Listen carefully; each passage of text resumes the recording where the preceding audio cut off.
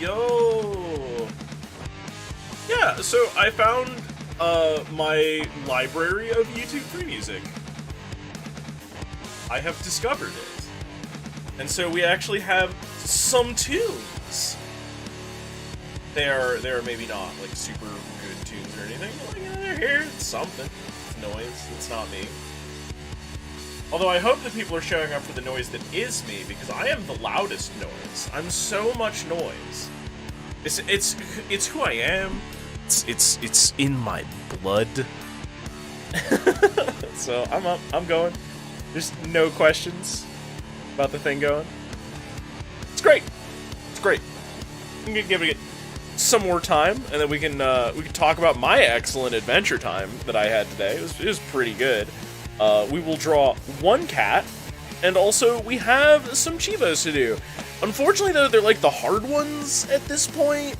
Like I'm trying to get these done, but like some of them are conceptually a little difficult. Yeah, the noise. 1991, the noise, Snack Wiglow. Sonic is a fuck. I need to make that t-shirt and sell it.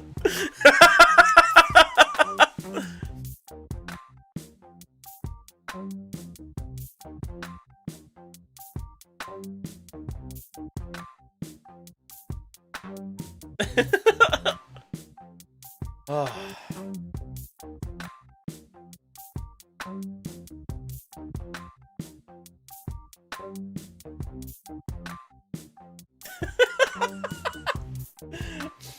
Maybe that'll motivate people. I have, just so that everybody knows. Oh, I should probably turn on my face rig if I'm going to be live at this hour. Like, it's the least I can do is show y'all a cute snake. The minimum. The bog minimum before we get started. Oh. I'm so tired, like, behind my eyes. Right? Like I've got that weight of, like, you just... Hang on, I gotta hold still. There we go. Sorry, when I'm assuming the Jim Henson position, I have to make a Jim Henson face for a second. Yo, come on in. No, welcome. I need to double check on my Stream Elements overlays and stuff. But why are you showing me this? Okay. Thank you, patch notes.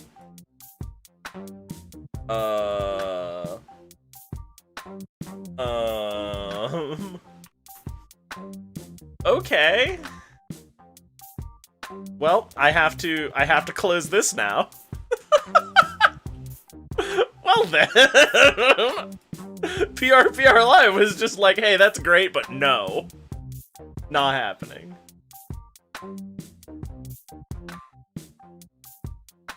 Okay, good. All right, let's try this again. Let's load me.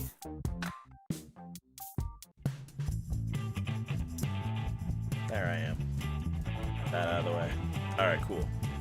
Cool. Hopefully a window doesn't consume me again. Yeah, PR Live has a 3-frame jab and it just wrecked my shit. Yo, everybody, I have some news. One, there's only one $5 cat. Really thought that the combination of cats and $5 would have done it, but it does mean that I get to draw at least one very good cat. Let's see, what is it, 1024? Yeah. Do it nice in this big square. Just do foreground and background. I'm thinking like a nice green into like this sort of darker blue. There we go. Okay, let's try this cat. So I had an adventure today, everybody, and I would like to share its details with you. I got to meet my new coworkers today. You know. God damn it! Window! Why is it doing this? What is this window? Like, this is supposed to be the first thing that comes up. Like, thing 0.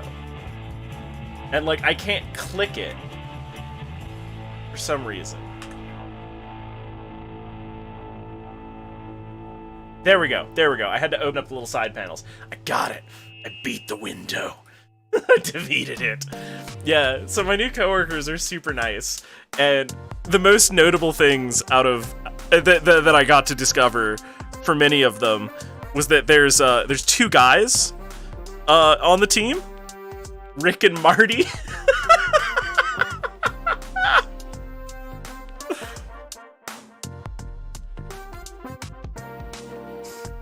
And I'm very here for that energy.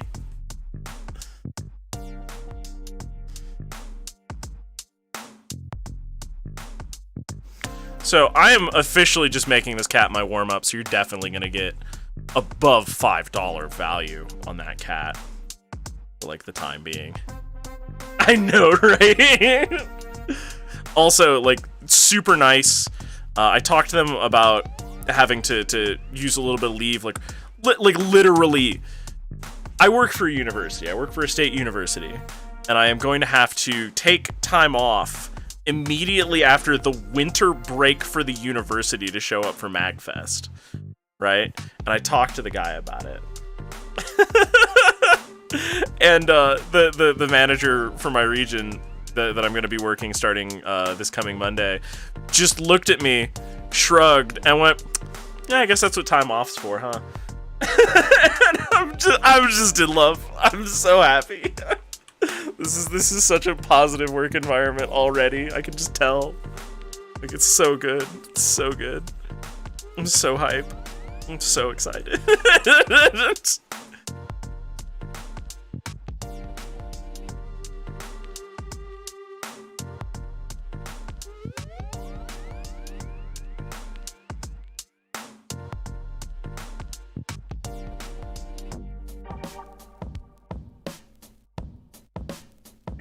I'm kind of going a little, probably too hard on this cat.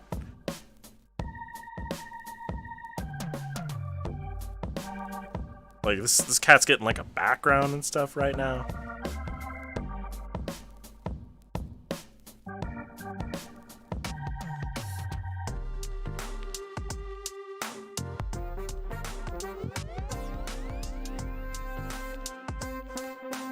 Just kind of vibing with my instruments at the minute here.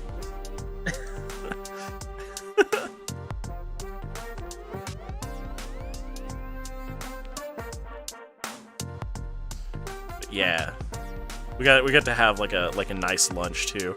Also, basically everybody there was like, "Congratulations on escaping. That place is rough news." So it's a known quantity.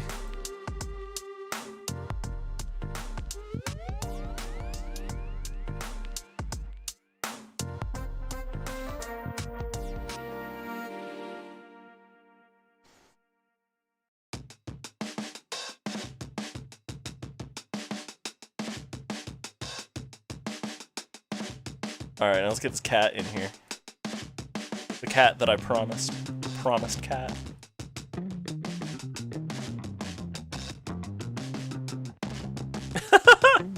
Oh, no. I'm warming up, as it were.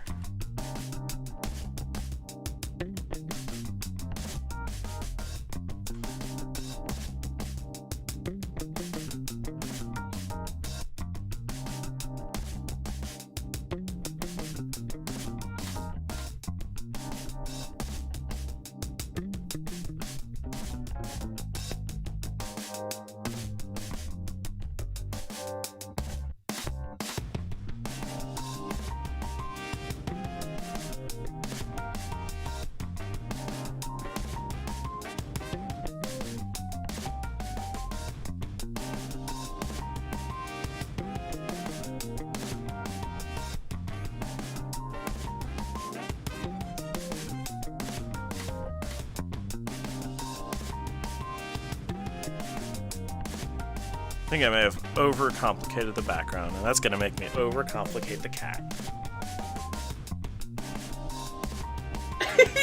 Yeah! That was the thing that came up today, too. They were like, "You see the news?" And I was like, "Yeah." The management is kind of losing their minds over it. By kind of, I mean everybody was in a flop sweat.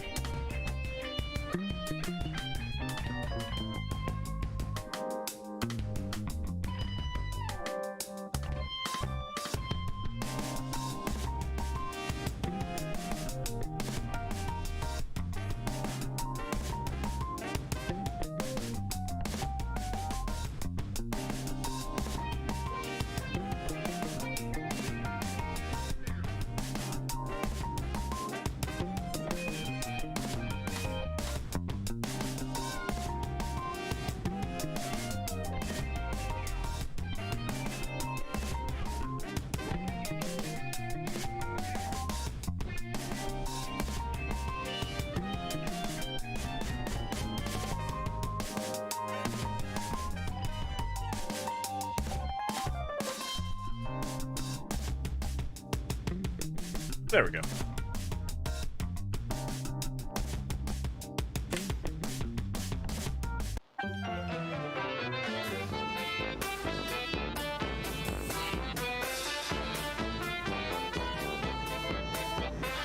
Ooh.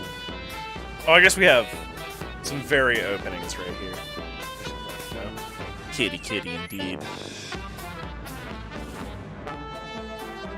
Look, somebody gave me $5, so they're getting a cat. All right, that's how this works. You send me $5 on PayPal. You say cat somewhere in your message, and man, you're gonna get a cat. You don't get any say. You get no say in how this cat looks. Right? Like this person's absolutely just rocking on the only person who asked me to draw a cat.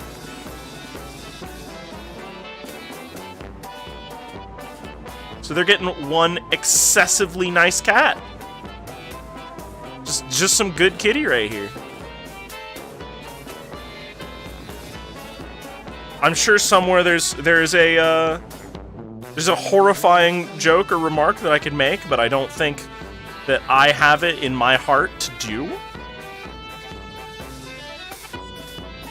I mean, I probably do. I've probably already got it in my head and soul.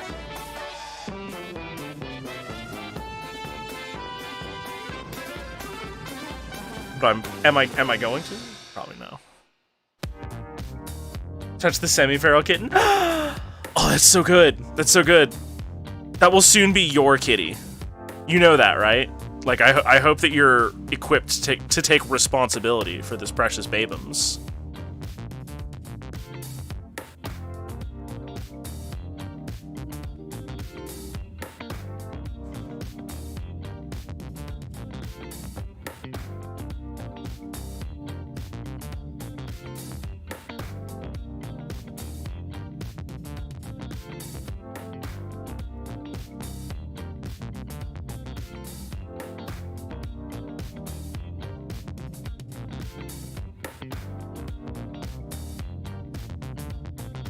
Here we go.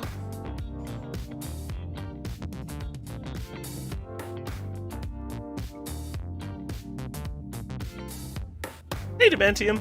Hey, thanks for tuning in. Thanks for saying hi.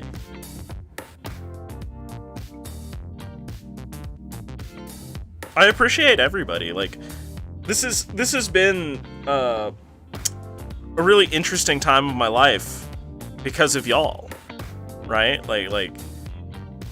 This wouldn't be exciting. Been asking people I know if they know anyone who wants a cat. Yeah.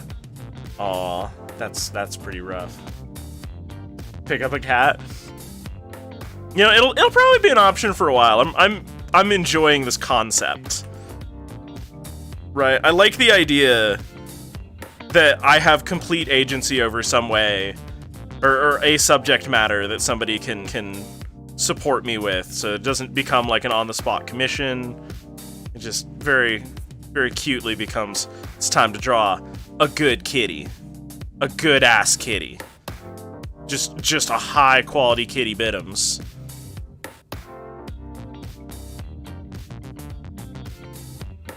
Like, some of you know the hack of waiting until Catsworth streams, right? Because y'all know.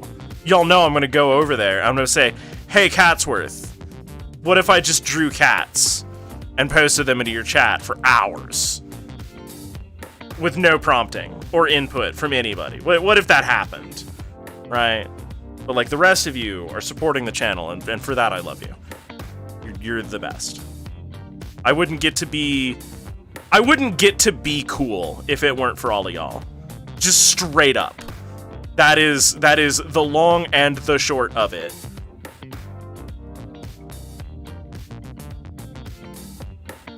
Like, I try not to do like streamer metric stuff or like yeah, like yesterday art occurred, like I showed up and then there was art happening. That's just how I work. Oh man, what?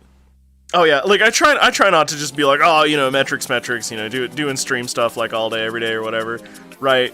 But like, if it weren't for the fact that even despite like jumping from Twitch to YouTube like we did a couple of months ago, right? Like, y'all come and hang out very consistently. I would not have like half of the opportunities that I have had, and it's always very humbling to just know that, like, as much as I like to do this and hone my abilities and, just drop cats on people and, like, do all these whatevers, there is a quantifiable, tangible improvement to my life that has been born directly from just your attention. You're clicking in your views, you're posting in chat, like, all that stuff is just, it's been a life changer. Literally a life changer. Not that, like, oh man, I don't know how I would have survived, like, kind of life changer, but like, no, actually. Yet no, really, for surezies. I'm gonna do that on this layer, and then I'm gonna opacity lock it. And instead of that green, which I thought would be like kind of grounding in the scene, I thought it'd be pretty good. We're gonna come in here with like a gently detuned burgundy. I wanna do a little bit of little highlight shadow, a little bit of this stuff, a little bit of this. You know how it is. I don't know when I started doing that, but it was sometime earlier today.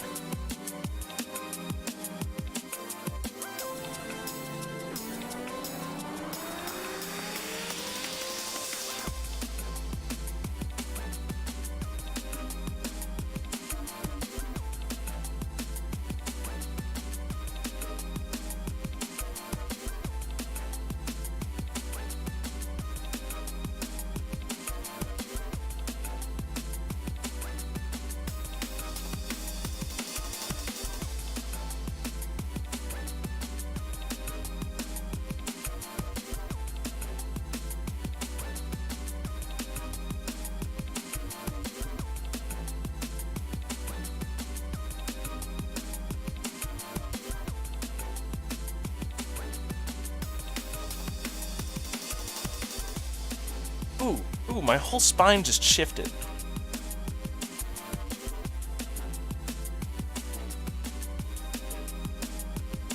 Alright, then last touch.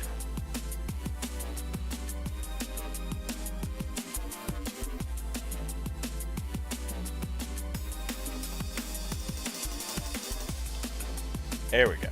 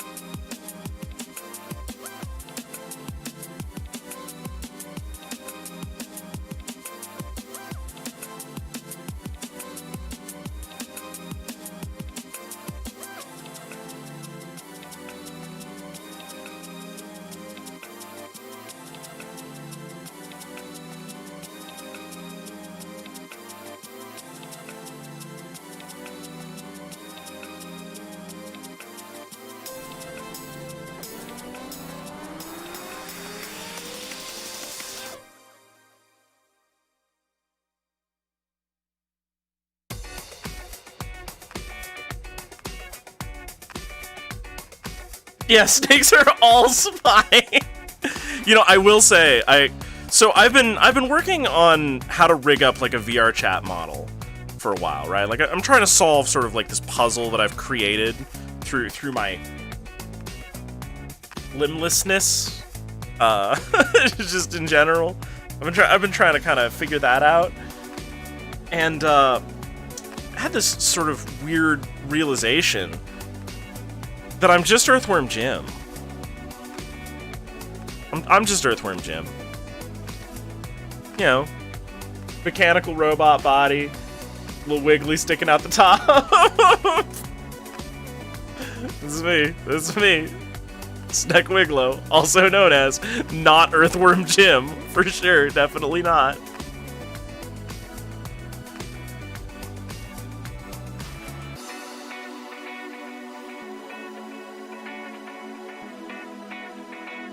Look, I said the one person who paid for a cat is by virtue of me needing to warm up and having only one cat to do is gonna get just an exceptionally nice cat.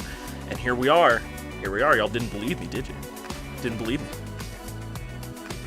Y'all thought, no. Wigglow do something just beautiful? Can't be done. And yet. And yet!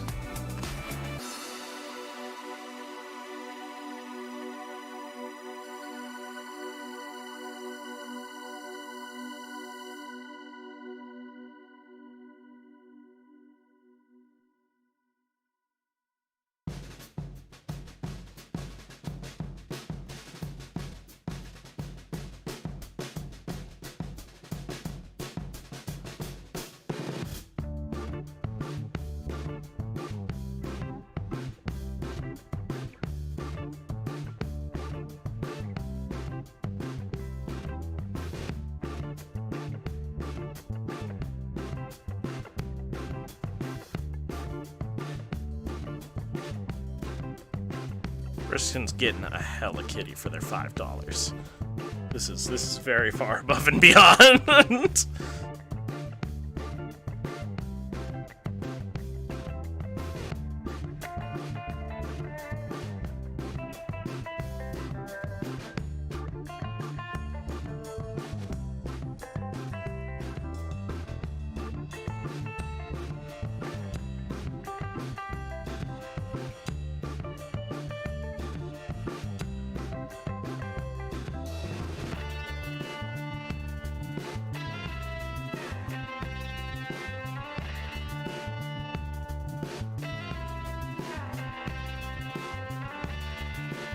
Do a little bit of value change right here. Oh, that came out nice. That came out nice right there. Oof.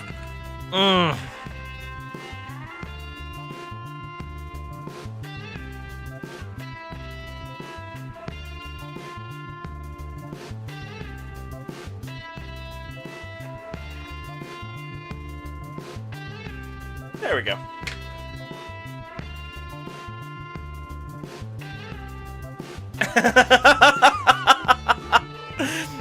Yeah, they got like a whole bonus critter here. You know what I should do? You know what I should do? Since I'm feeling the vibe. Since I'm feeling this.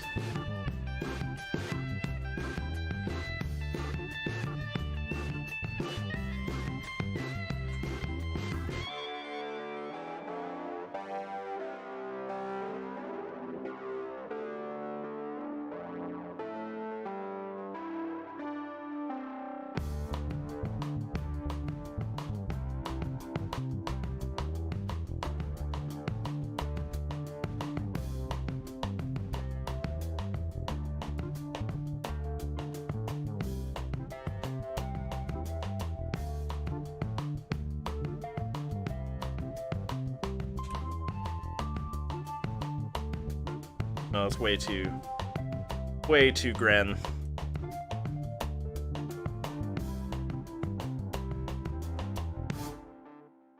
Oop. Little gap.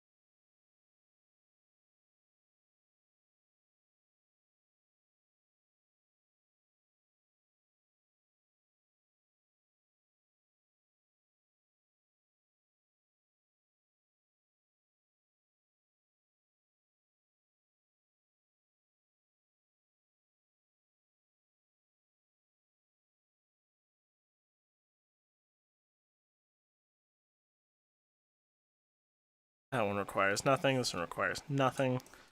Nothing. It's really just like right here. Right here. I gotta introduce just a little shade for that.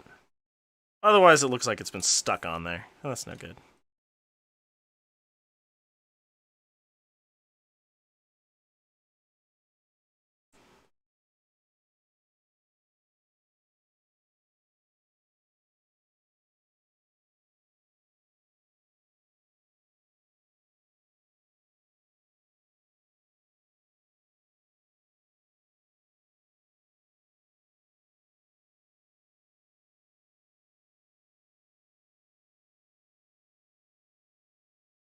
Just warming up, thinking about color.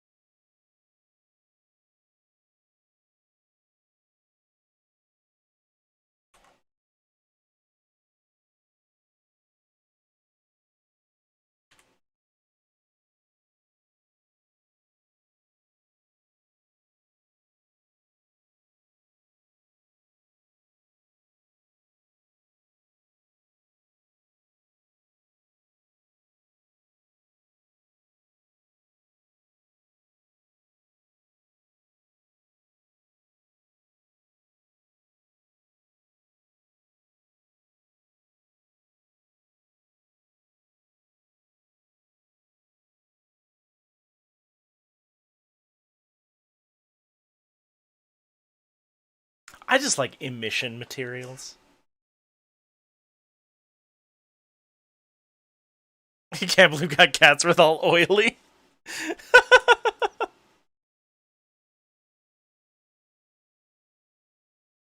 I can.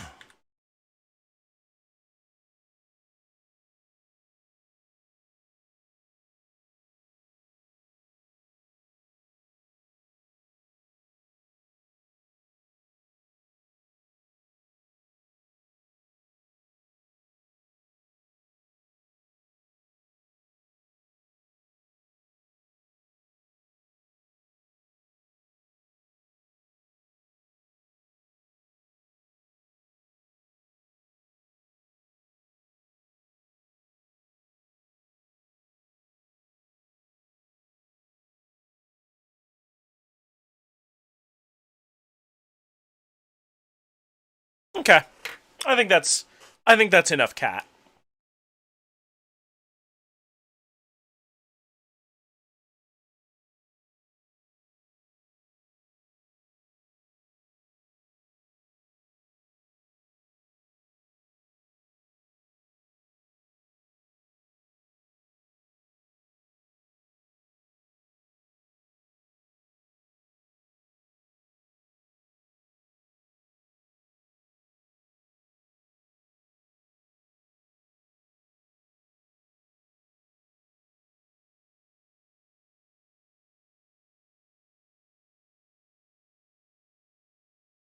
Okay.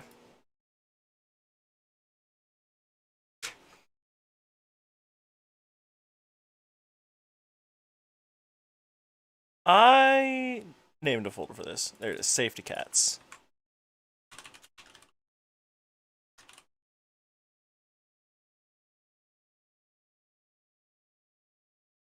There we go.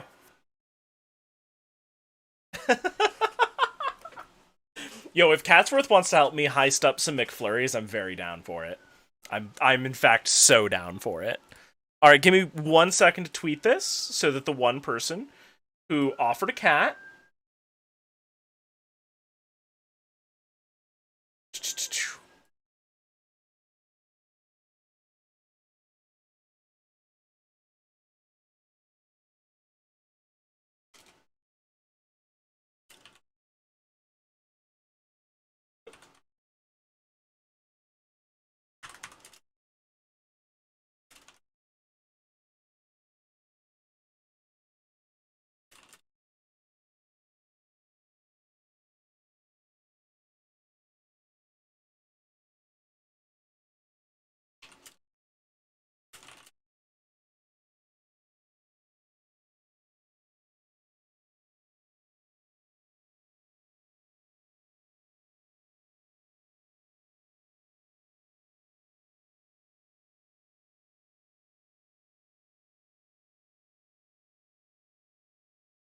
kind of random quality and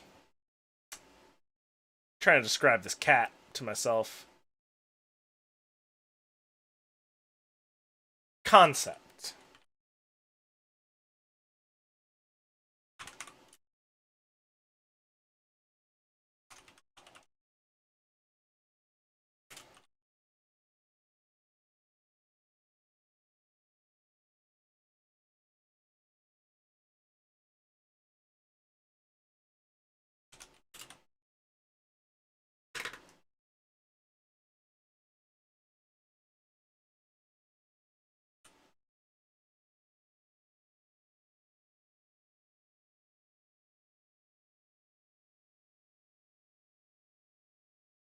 All right.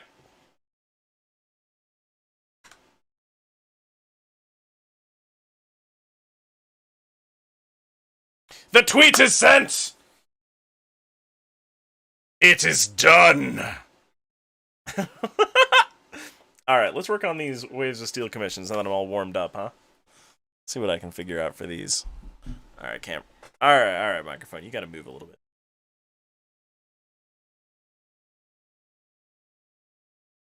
All right, so I have the Apotemkin. Make a ship that uses exactly its displacement limit. Exactly 1,000 tons out of 1,000 tons used. Aha. And then ram a tripod. Oh.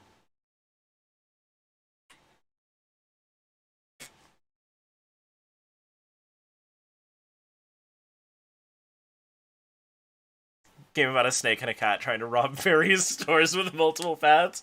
I'm interested in trying to make some visual novels. And honestly, that sounds like a pretty good one. My thing is that I'm really not a very good writer, just in general. Like that is maybe my most questionable credential. I'm gonna remove this stream elements thing. I don't think chat's showing up on screen or anything. See, like a hit. Honestly, I just wish we had more cartoony games, right? Like the cult of photorealism is too strong. You know that they're always talking about some sort of physics-based rendering where they're like calculating light bounces and stuff. And it's like, no, we need more stuff that looks like Billy Bust Up. Which, by the way, if y'all haven't seen Billy Bust Up, they just sent out a survey and are like finalizing merch and stuff. So I feel like they're making progress.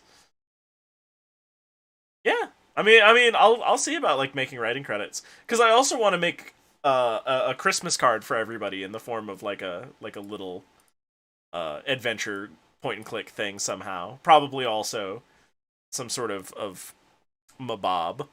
I don't really know what to do with it. I have like a couple of musical friends who have offered their talents for it, and really it just comes down to my life is chaos and I have no idea when or how to put this together. Woohoo! Just the best. All right, let's focus down on this. I have like 1, maybe 2 hours of consciousness left, if that. Okay.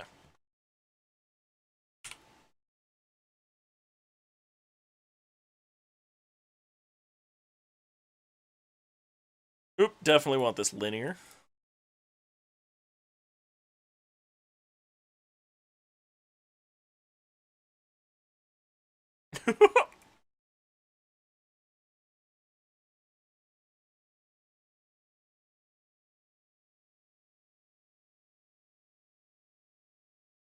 What? Oh.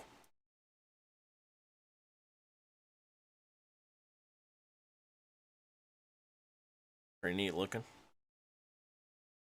I guess it'd be the other way, though, wouldn't it?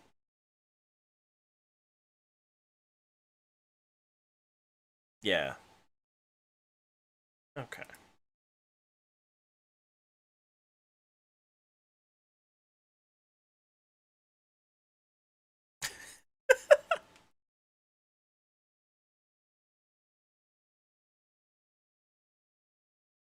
I have 2 ideas.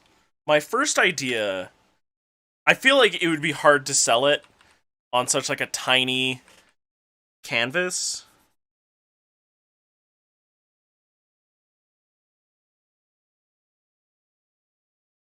Well, I'll leave this up to y'all maybe to like help me figure this one out.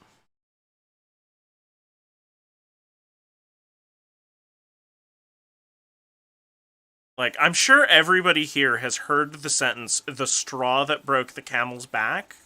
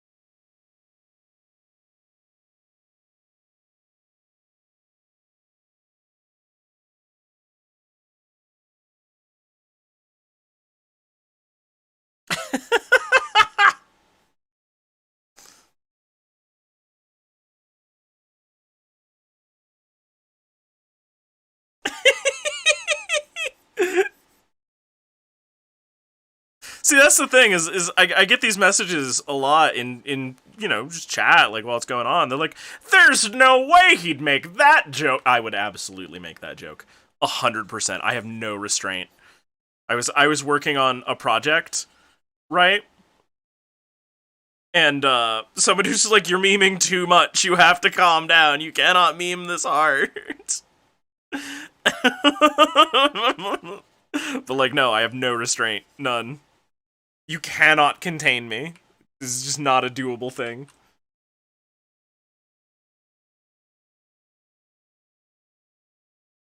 The other thing about this, right, is that these have to be very strong silhouettes a lot of the time.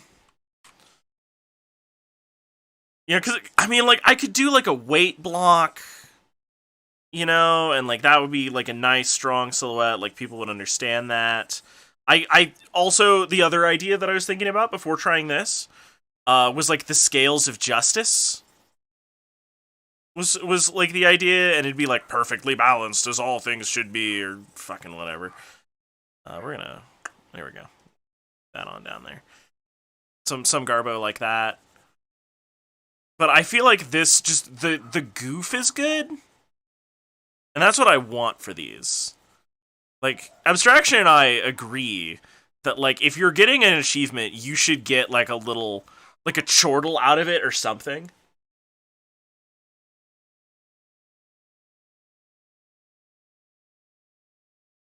So I want to make sure that the joke is fun and understandable and like enriches the receiver, because it should be a treat. Like you did this thing. Proud of you. Your battleship. The weight of your sins shall be weighed against a single feather.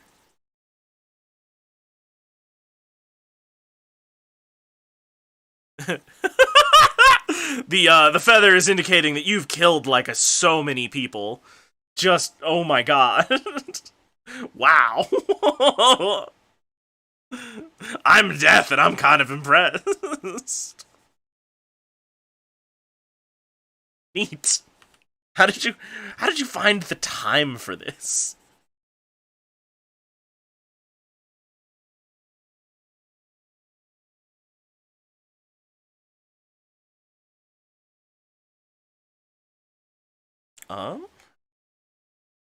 Get in here.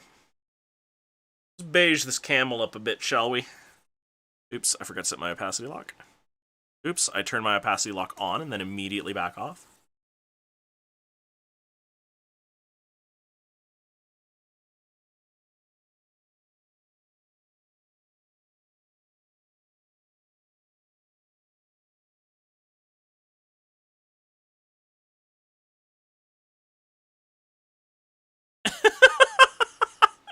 All right, now that I've added that little bit of definition, I feel like it's sitting on there much better.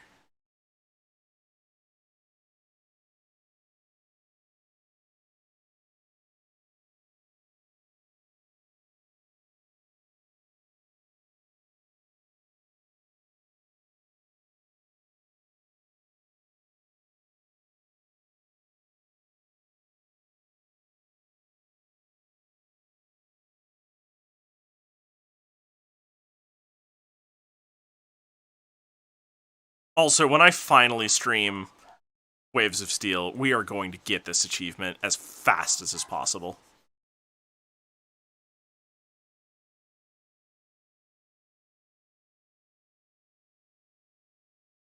Got some stuff to do? Tight. Get that stuff done.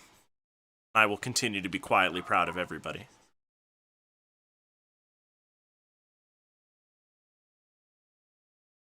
Because y'all are incredible.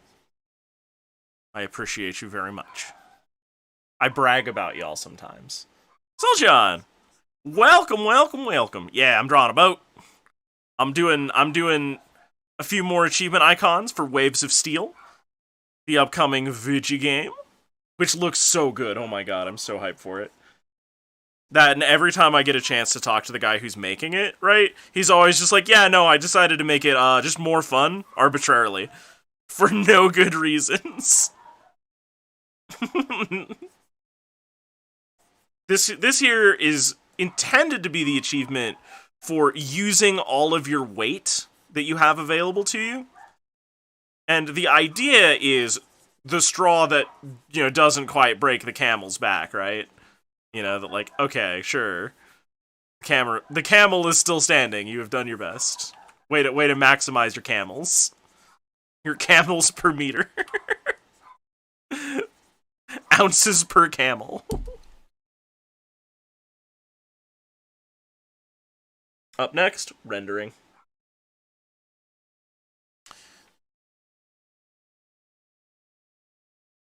Just get a little bit of Ironsides gray there. I don't. Oh my god, it's an amazing game. I've seen screenshots and like video clips and things of it. It is incredible. It's you gotta understand. This is a game where I said to the guy, right? I'm sitting there. I'm watching a clip, and they're like, "Man, like I got this really big thing in here." I'm like, "Okay, but what about a gun that shoots more boats at you?" Just like whole ass boats. And the guy goes, I have to think about that one for a while. Disappears for a couple of days. Comes back in a couple of days, and he goes, we've installed the ship gun. Where? I don't see it on the deck anywhere. Oh, you meant a deck gun! And then a large gun gif gets posted. This game is gonna be a great game.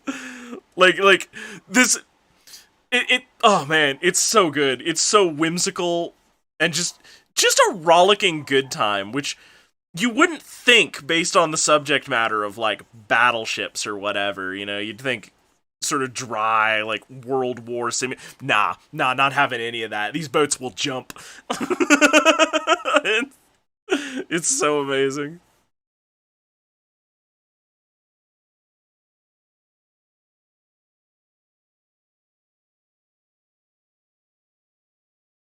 It's being made by one of our own, actually, in the Discord. If you've been spending any time in there, you can just talk to the developer about their excellent video game anytime you really want to.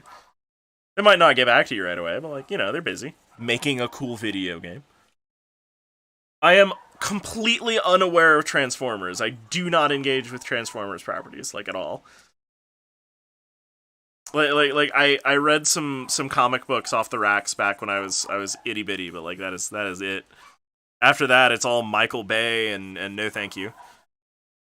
Like the last time I looked at Transformers, Megatron was a gun. That's how long it's been. Just a regular ass gun.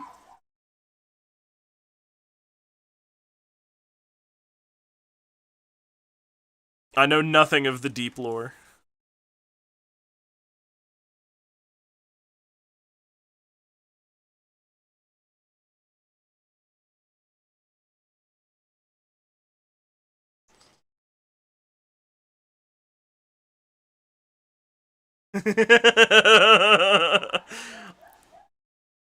God, I really need to make time to stream Waves of Steel. I need to just find it in my heart, in my schedule, in my life. That's all I need.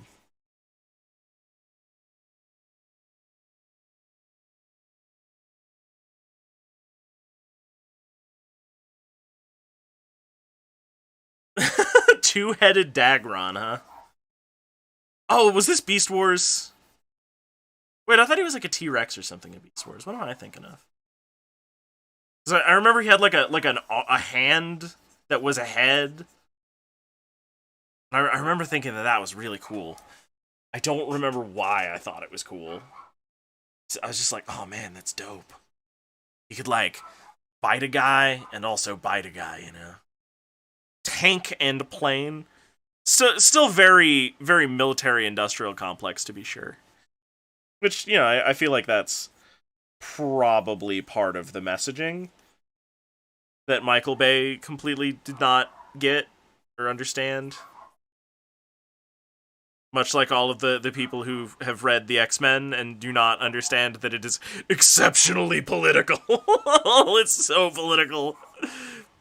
It's also good because of those things. It's like the point.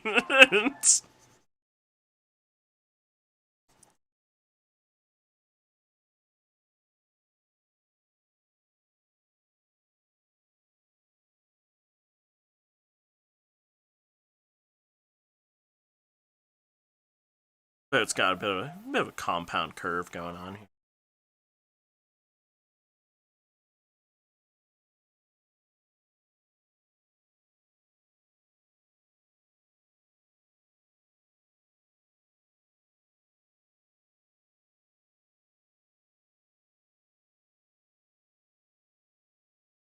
Define the edges.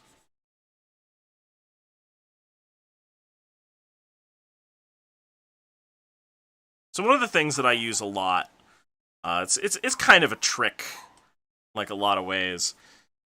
But this is a thing that applies to basically all illustration, right? Like if you're sitting around like doodling with a ballpoint pen, like this will help you.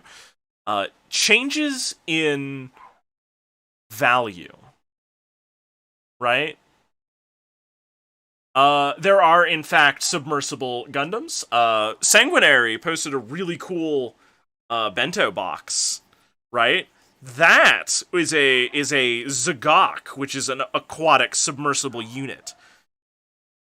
But like a lot of mobile suits have like they will operate underwater. You got to understand, right? Like you can take any mobile suit and throw it into the soup and it will do okay. Right? These are rated for the pressure differences of space. You know, like a lot of these. I mean, hell, sometimes they're entirely just suited specifically to space operation. Right? Right. The problem is mobility. There's a lot of resistance underwater that does not exist for a space vehicle. So it's propulsion is different. You know, fins and things like that stuff is it's sort of the way you would expect it to be. Okay, I actually want to turn this back into that dark blue. Now, also, I would mention that like most planets, ours included, are very much water centric. At least all the ones that humans should be interested in are. So, you know, hydromobile suits kind of just they get a bad rap. They get a bad rap, and people should respect them more. Just straight up. They're pretty good. At least I think so. They get clowned on a lot. Like the minute that they get onto land, they are not very good. They're great in their element though. Just terrifying. You can throw a Zaku into the ocean and it'll do okay, but like, why would you do that when you've got Goks and Zagoks just laying around? The problem is that so many times in Gundam history, they try to use these things as uh like land attackers, you know, because that's where bases are, and they don't just use them to like kind of pirate things around in the water. But this also comes into like the differences between like Federation and Zeon mobile suit ideology. Right, Federation, they got GMs, and they're gonna use GMs probably for everything that they can possibly get away with. They don't want to make a bunch of different weird specialty mobile suits that are only gonna do one or two things really well, and then try to keep those staffed in the correct locations and stocked with all the correct parts. It's a nightmare, and it's a part of why Zeon struggles constantly in like every single Gundam series. Right. This is also based on the historical realities of the German military, who were also the bad guys during the Big War, because Zeon is not the good guys. They are space fascists. I like their mobile suits; they look cool, but like, man, their politics are bad. Like Zeon genuinely believes, you know, in the whole like, oh well, we're superior because we're now from space or whatever. Like they're not good people. Do not fall into the trap of liking Zeon for Zeonic principles. But of course, things looking cool is sort of the Gundam way. You know, they try to trap you into it and then hit you with the grim reality of whatever that faction is peddling. Like, Char Aznable's a pretty boy, beautiful. Beautiful, good, handsome, strong eyes, cool mask, neat hat, real bastard. Just the worst. Just terribly human.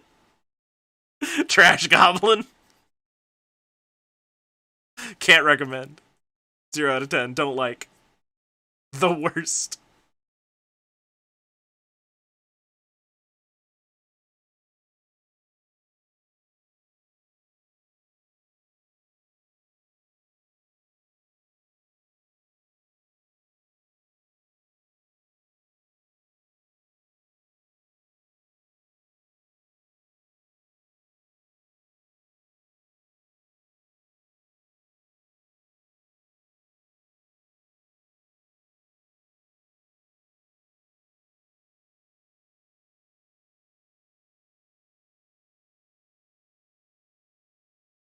I love Gundam.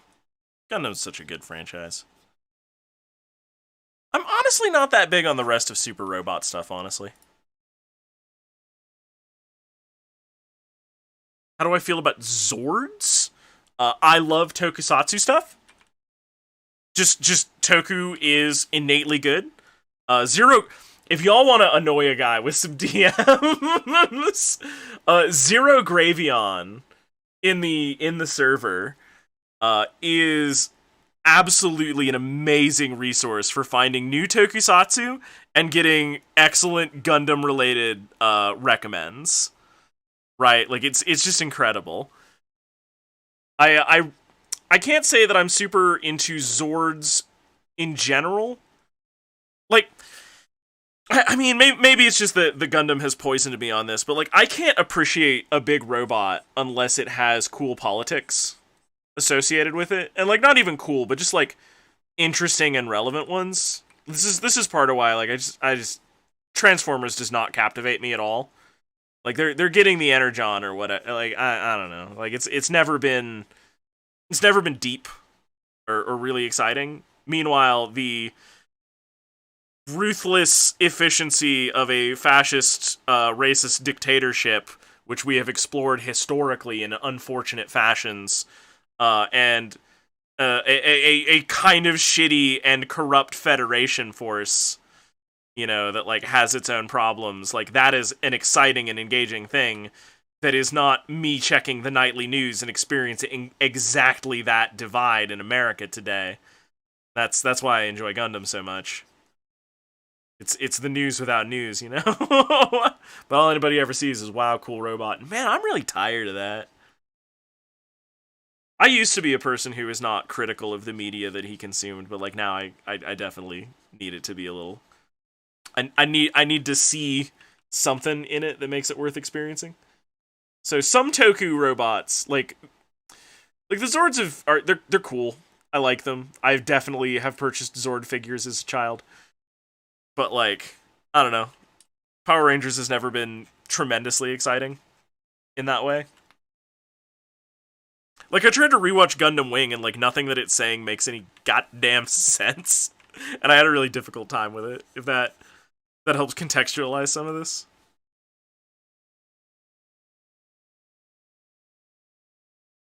But you know how it be.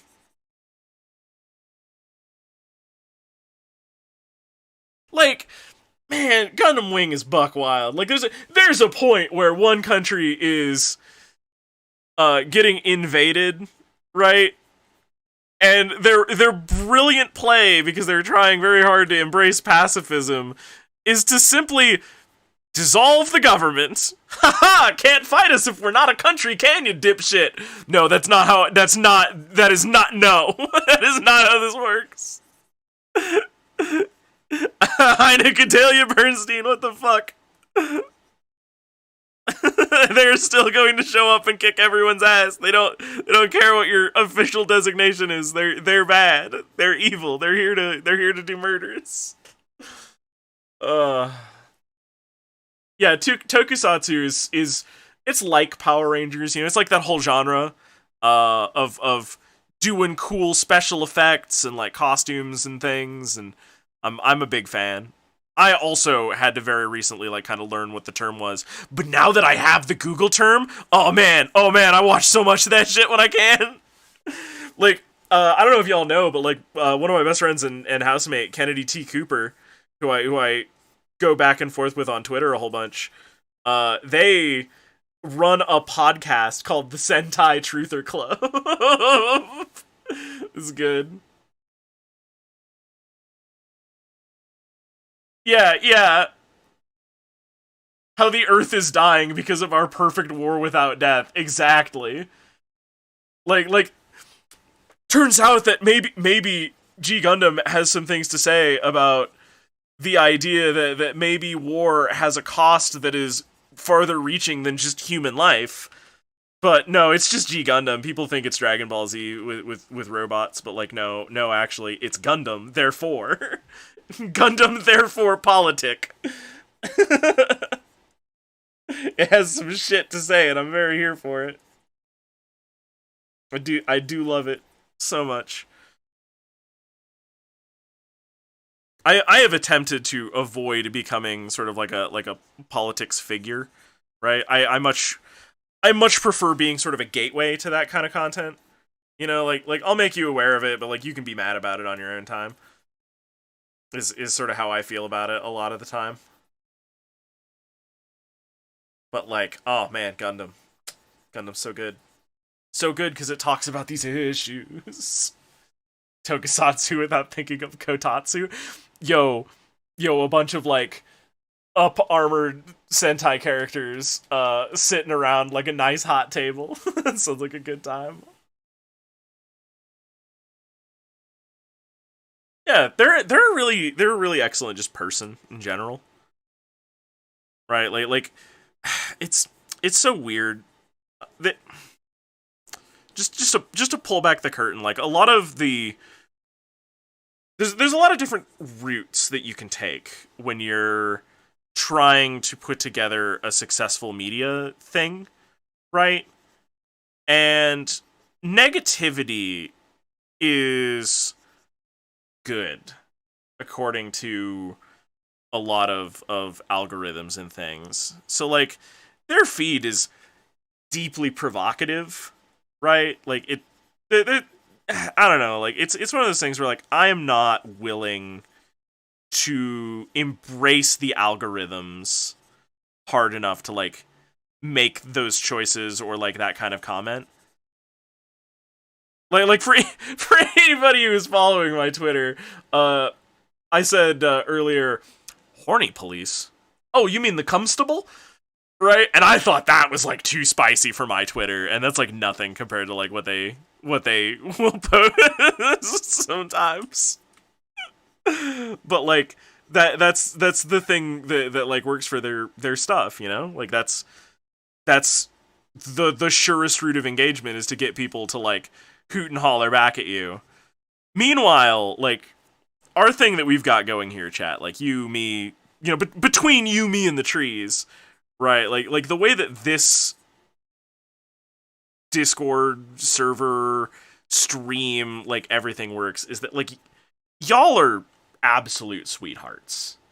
Is like a very big part of it, right? And I have been really judicious in like cultivating that or trying to, you know, just in general.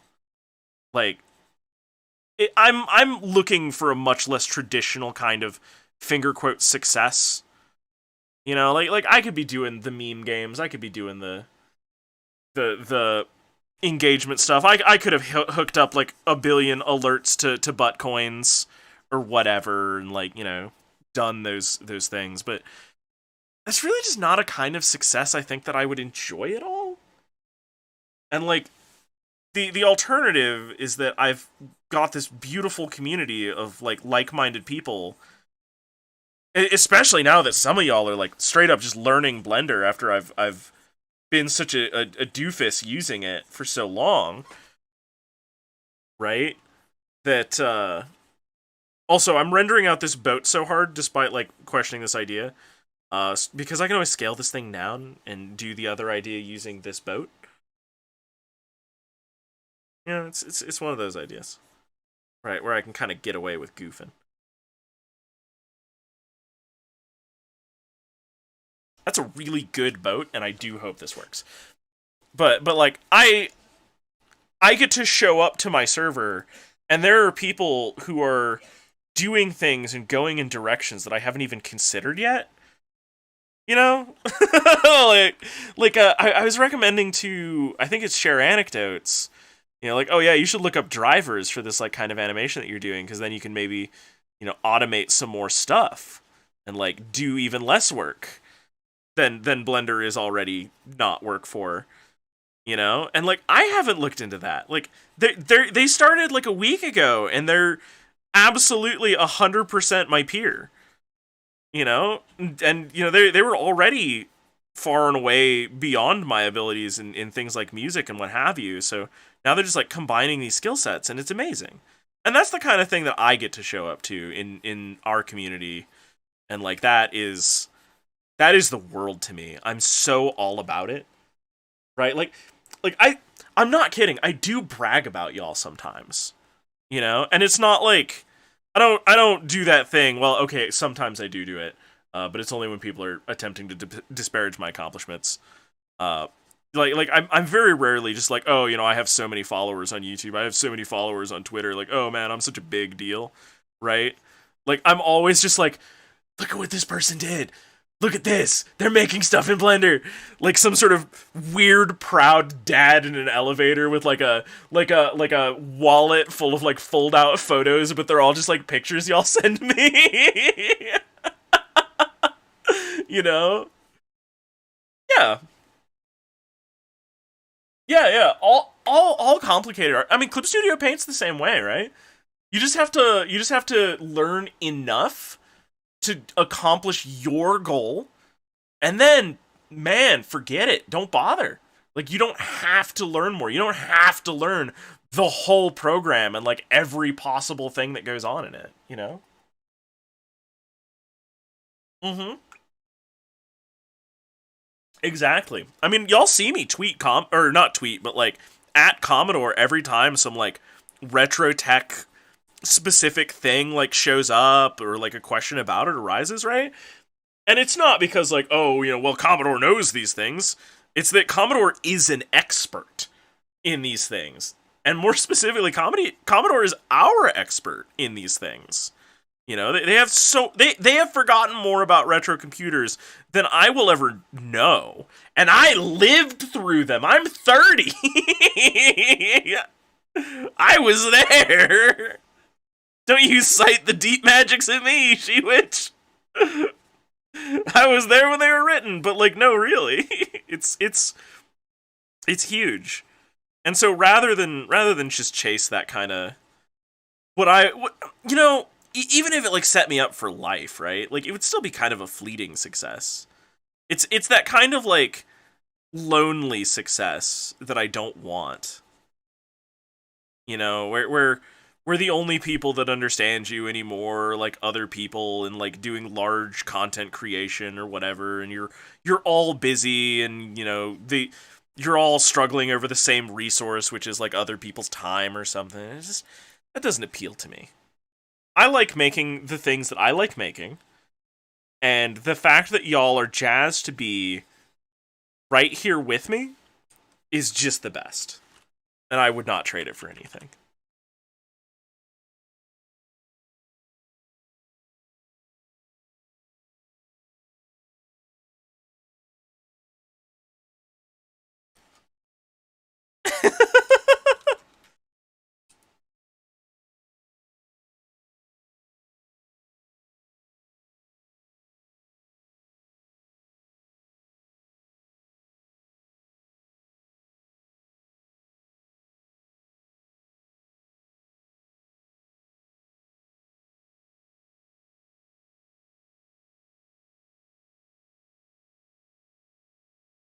Hmm.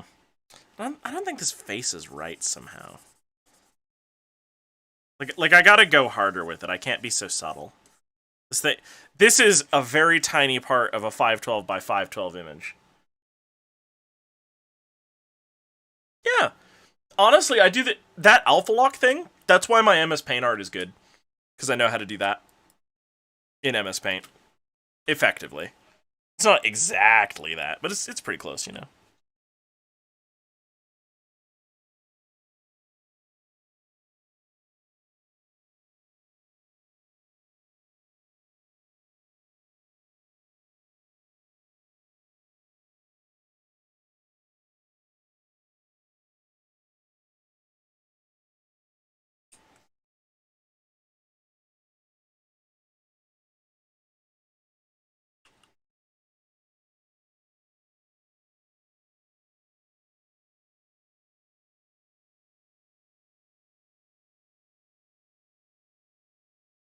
But yeah, TLDR on that big long ramble is, hey, thanks for being cool. Thanks for being here. It's really nice. Like it is gratifying to both the part of me that made art for the void for years to finally have people that are like looking at it. I know that sounds sort of wacky on its own, but like it's the truth.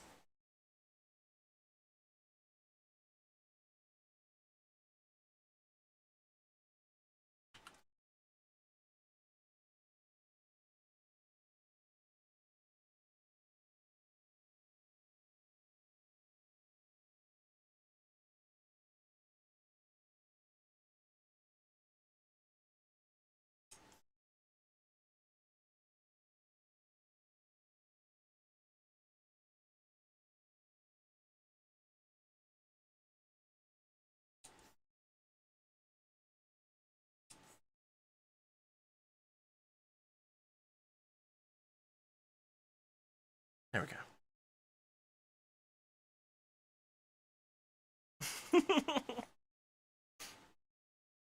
Blender does not work on iPad, but you may need a butter knife.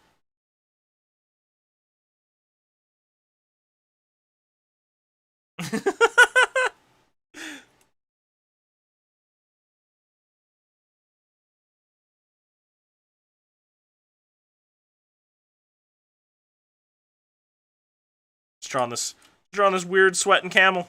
That's all.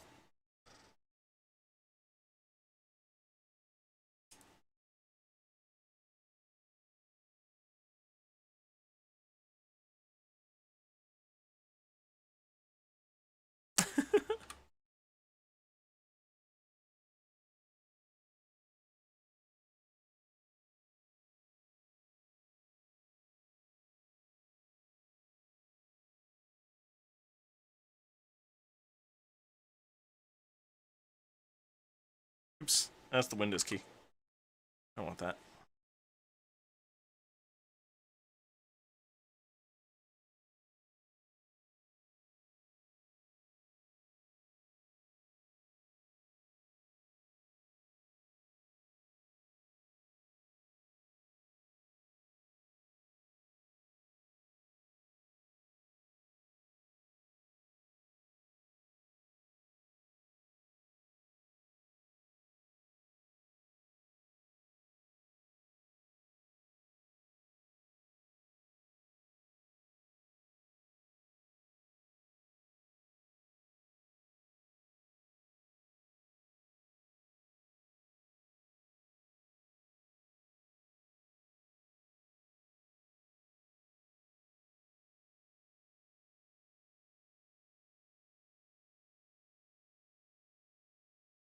I'm so sorry if the neighbor's yapping fucking dogs come through. I hate these dogs so much.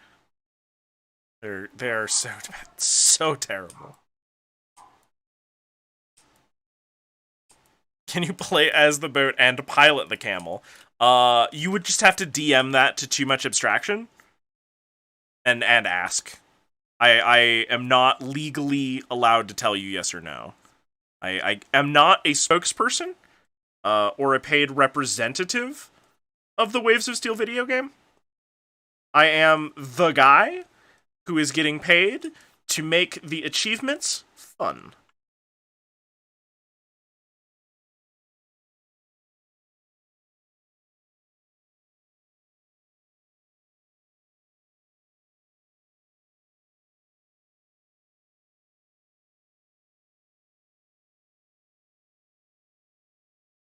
That is my function.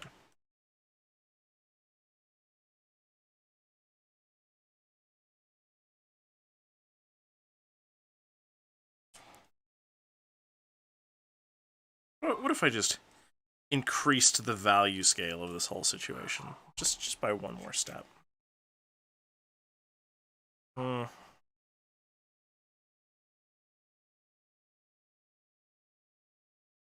Barely makes sense. I don't know if I like that as much as I like some other things. Got a cool brush in here.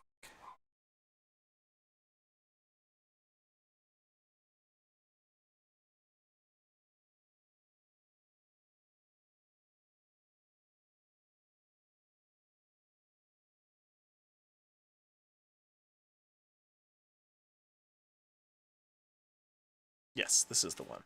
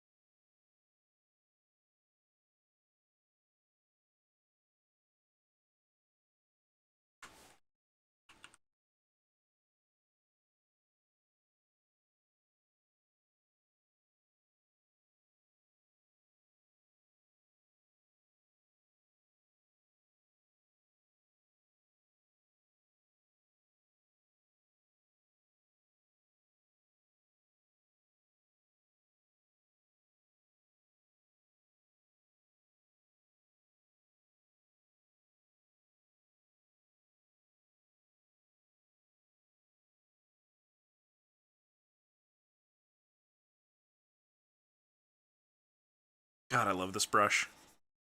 It makes doing clouds so easy. Which clouds are historically tedious.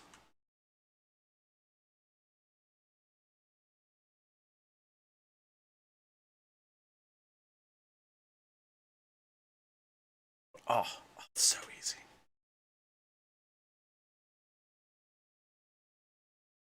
Yeah, I mean, I don't hate dogs. I'm just really afraid of them.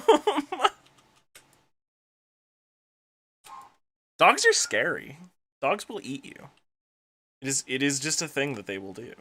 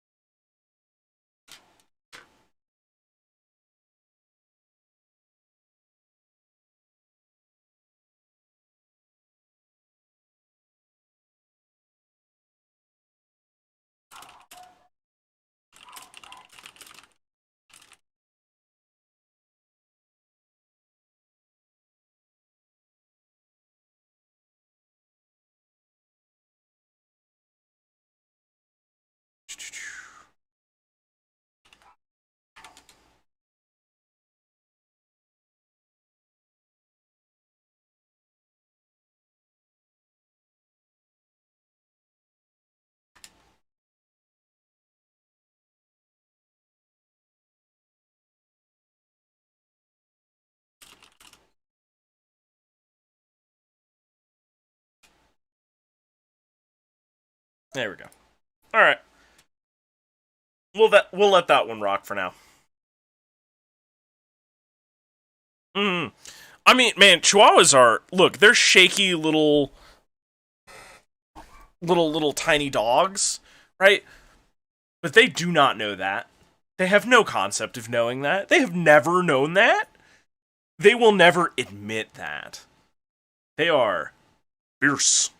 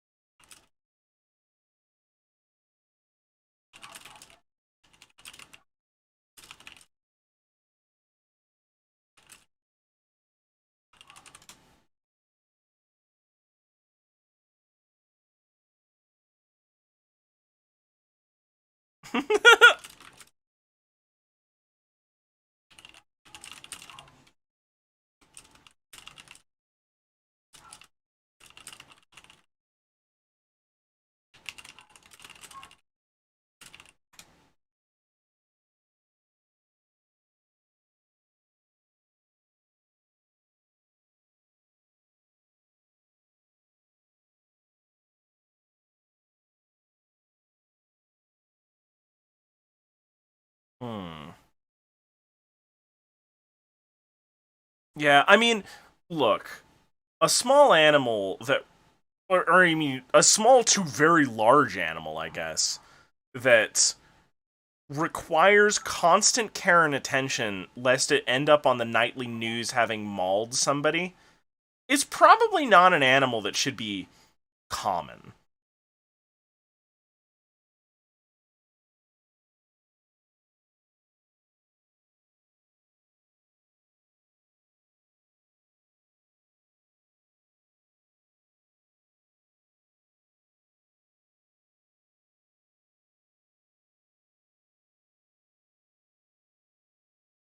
Hmm.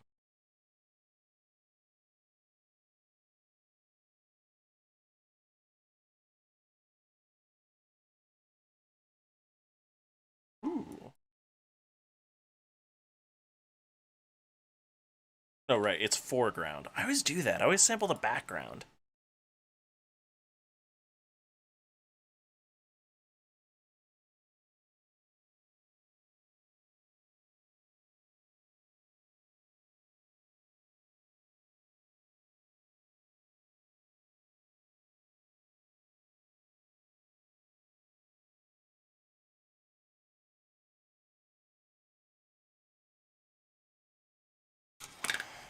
Hmm.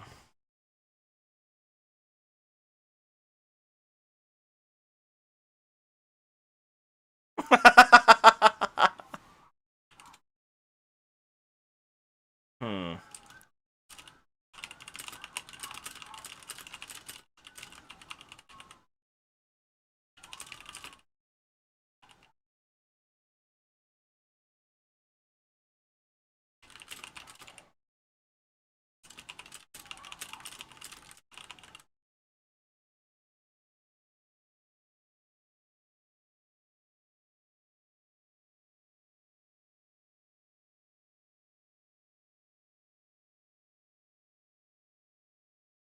Yeah. I mean, sometimes like a an animal like it made sense when you needed like a utility animal, right? You know, like they uh corralled your sheep, I guess. Having like a close relationship with the dog or something like makes more sense, but like sort of in the modern era, it's like I'm super lonely. I just want a cat to do the thing.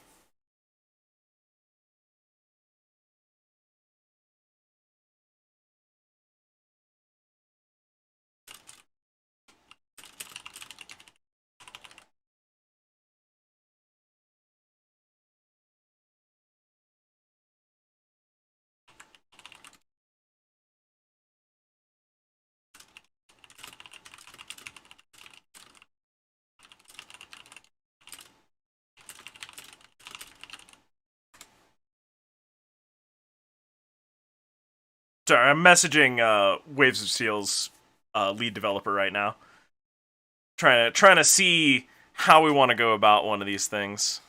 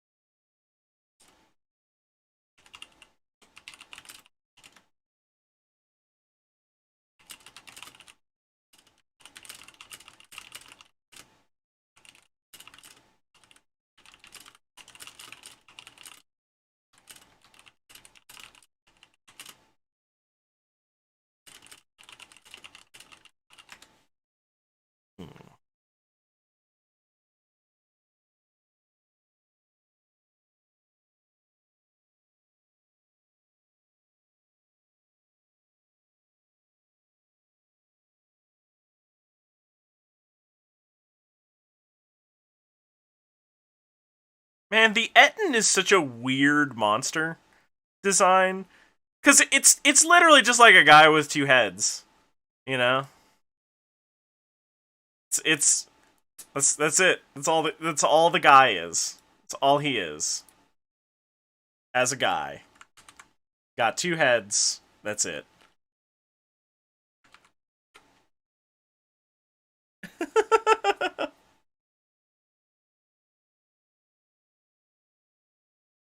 That's kind of what I'm trying really not hard.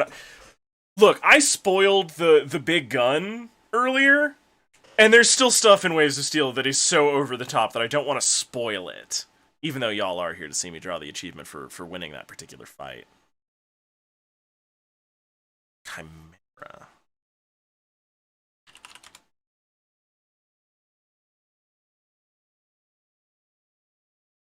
I forgot. Ugh.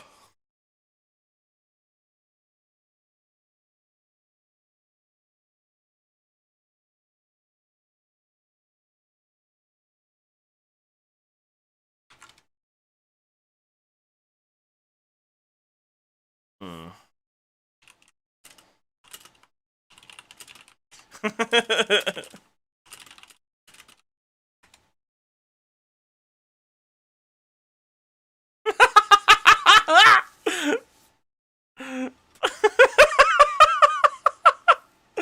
Those dudes are riot.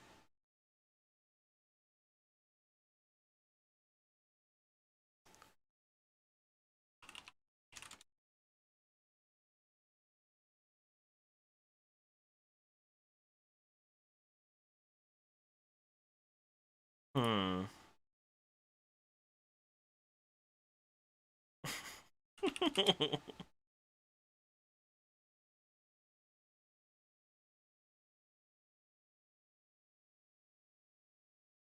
Hmm. If I had more space, there's an image that I think would be exciting. Wait.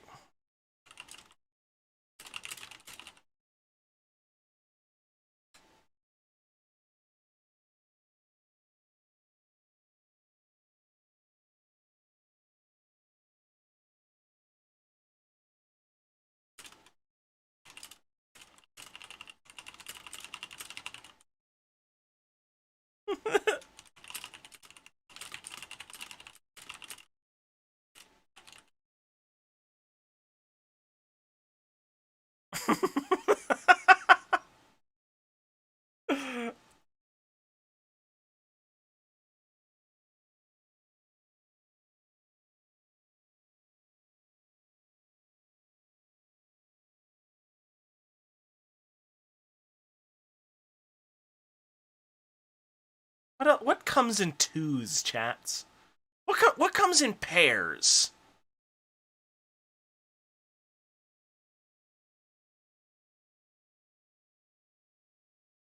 What are you eating tonight? No. This achievement is going to be for winning a fight against a particular thing. One of the mini bosses. Remember, last session the boss fight was we got to do a Yamcha joke.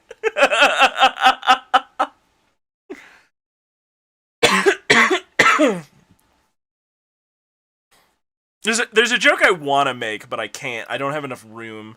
I might just do it in my own time later.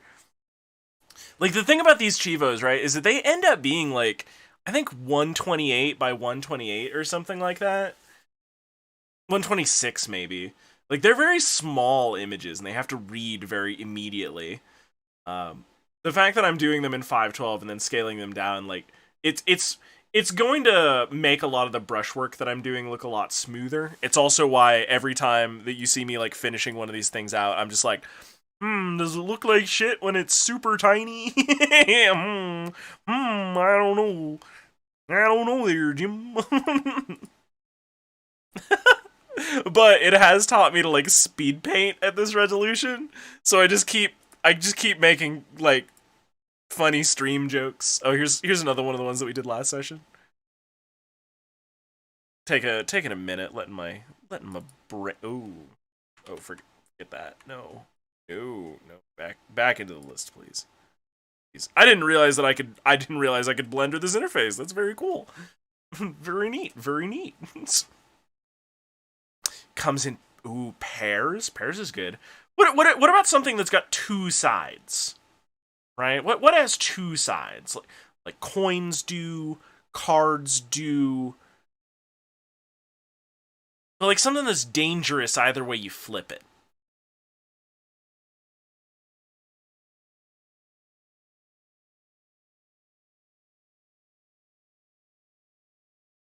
Hmm.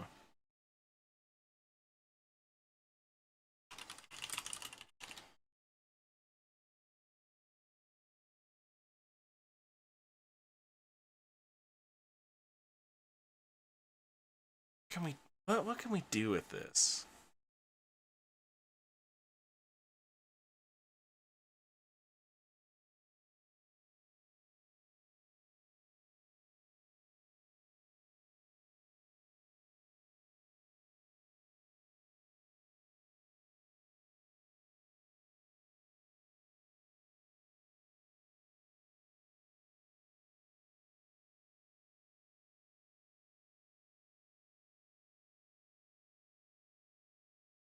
Hmm.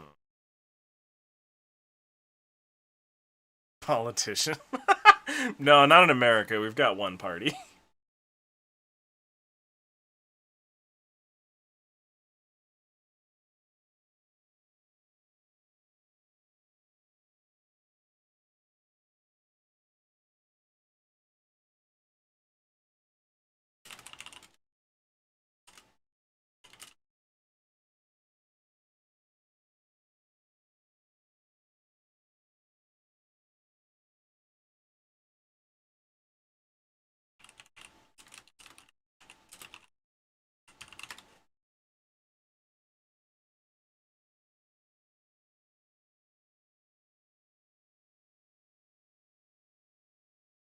Hmm.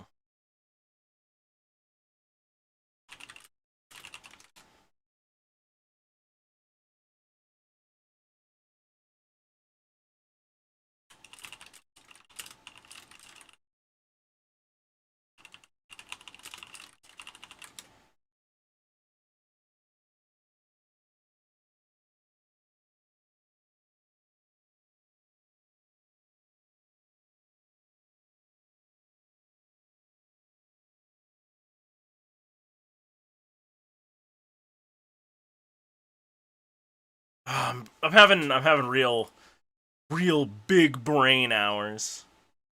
A mirror. Ooh, that's not bad. Glasses, doors, yin yang orb.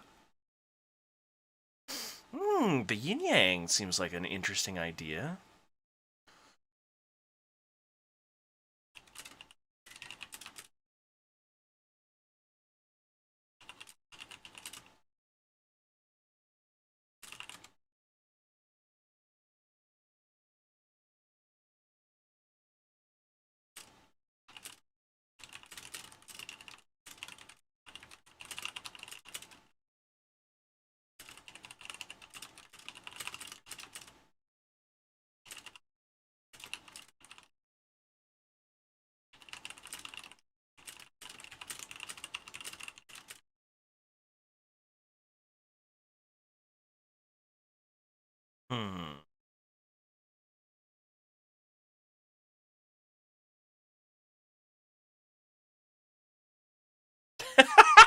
Just an illustration of Two-Face from the Batman comics.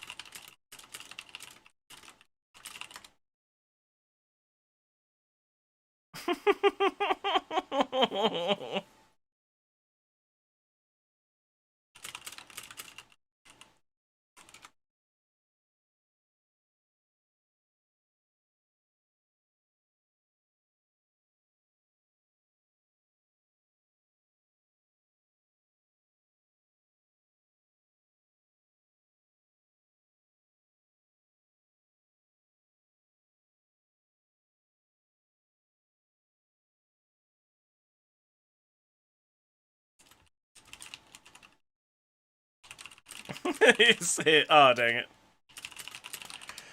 Hmm.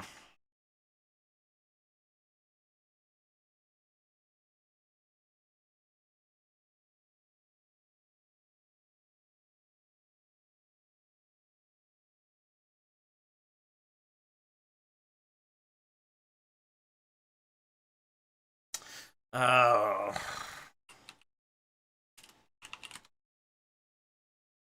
No, that wouldn't work. That's a lot of detail.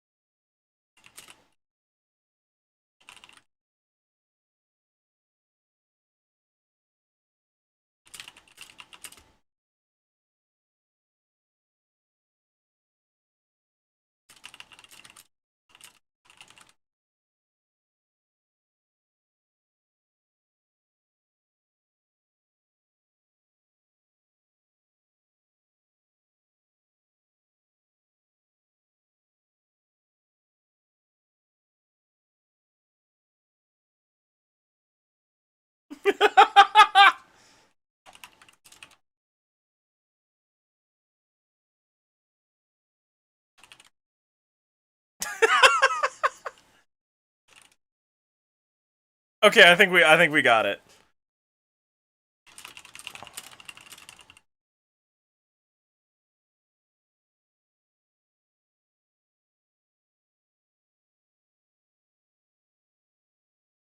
Okay.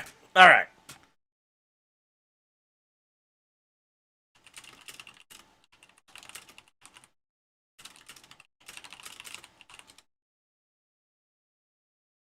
All right, everybody. All right, thank you for waiting patiently. A vase. Yeah. That's sort of the problem, Soldier. It was that's where we were at. We were like, wait a minute. How, there are a lot of really good ideas. There's a lot of very cool ways that you could like make it work. There's very few of them that uh are going to be visible at this size. Oops, that's not what I wanted. Wanted to merge selected. There we go. That's what I wanted.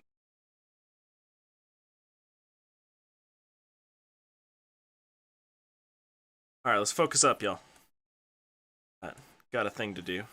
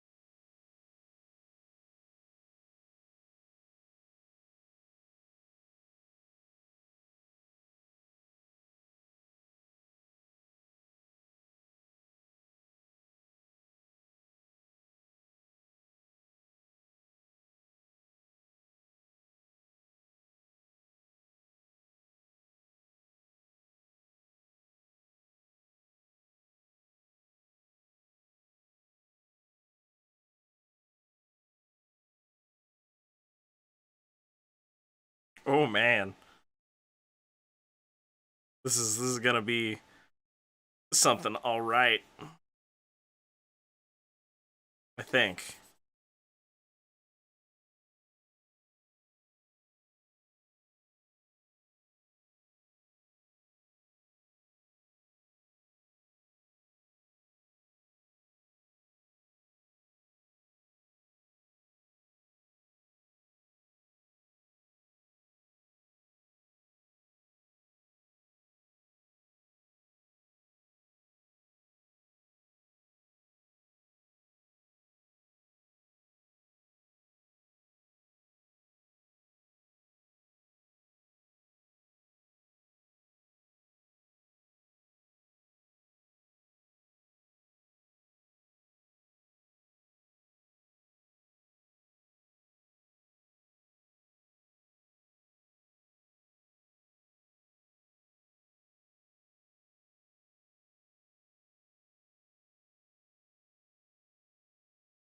I appreciate y'all brainstorming with me for a minute there.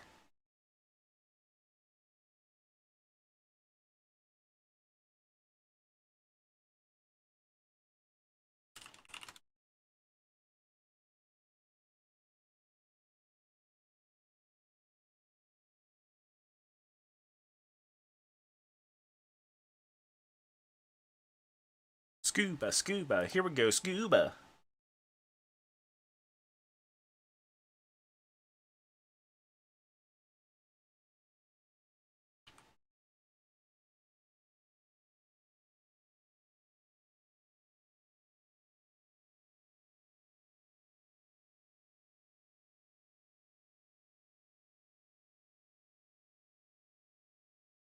Anybody else here ever watch Silly Songs with Larry growing up?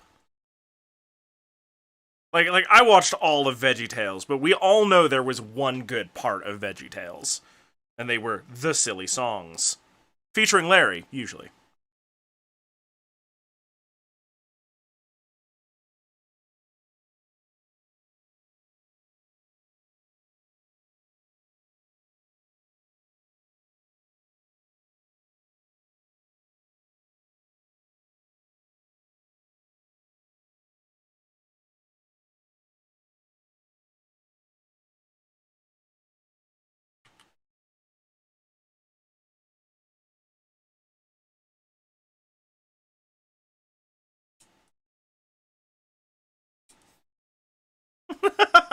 Okay, this is looking pretty good so far. All right, so let's start painting in a little bit of color here. Actually, let's do it on the next layer up. Well, next layer down. I like my undersketch here. I think it's got like a lot of flavor, a lot of life going on to it. I don't want to ruin it too badly, but I do think that I need the clarity.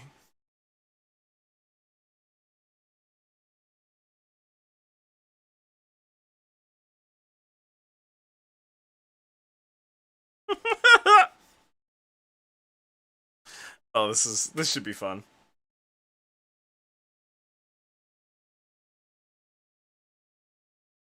Did not care for VeggieTales. I have some VeggieTales like silly songs with Larry that are absolutely just grilled into my brain. Cannot be removed. They are just inexorable. Now, I'm also deeply not a religious person. I would go as far as to say that I'm against that sort of thing. Just in general, it's just not for me. Uh, maybe it shouldn't be for anybody either. Uh, but absolutely, the silly songs with Larry were some of just peak pre-internet stuff. Right lately, I've had the love songs with Mr. Lunt stuck in my head, which is just a ballad to a guy getting a cheeseburger at a cheeseburger place. I'm gonna paint the frogman half of this character green in honor of Frogman. Frogman.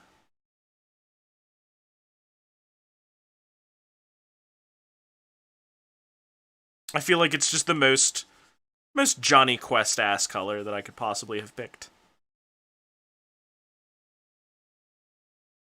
I would never want to go diving in like a regular foliage green colored diving suit. That seems like a great way to die.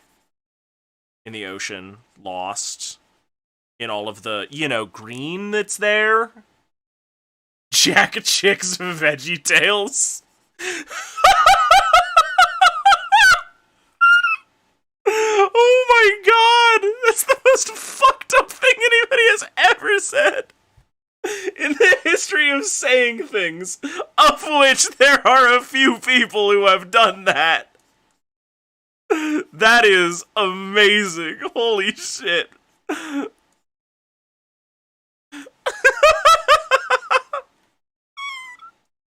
Yo, legit. I'm kind of here for this gag. Like, oh, I don't think anybody should spread the kind of disgusting, hateful, divisive rhetoric of Jack Trick or Jack Chick. But at the same time, that's so funny. I kind of want to see that exist. Like a little bit, maybe a lot of bit. I'm not gonna make it. I'm not gonna make it. I'm not gonna make it. There's other ways that I could learn to do some rigging and facial animation and motion capture, maybe like a little bit. I'm absolutely not gonna make knockoff VeggieTales. I'm not gonna do it. I'm not gonna do it. I will not do it. I cannot do it. I kind of want to do it. No, you're not gonna do it, Wobbles. Wobbles. Don't do it. Do not give in. Don't cave to making the fucked up off-brand VeggieTales that your heart so badly craves. God,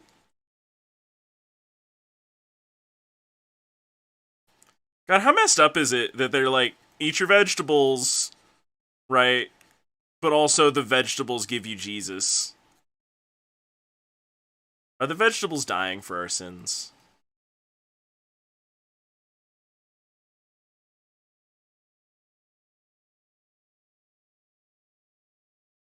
I'm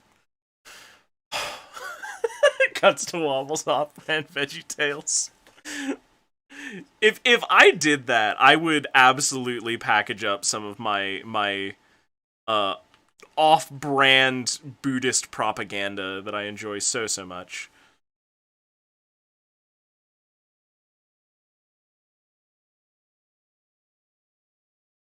Like that would be the thing that I make for sure. Oh, oops, I'm on the wrong layer there.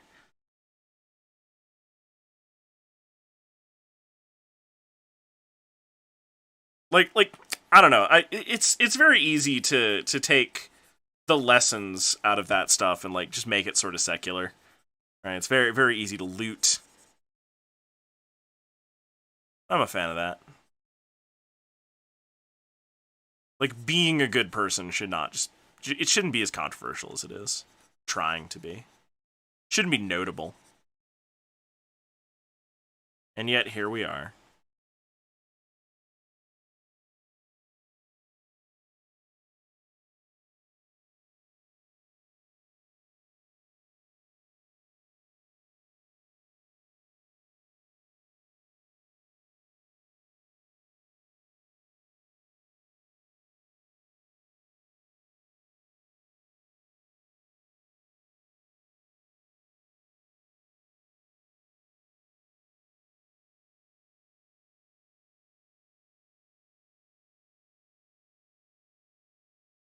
Oh, I think this is a real winner of an illustrative concept.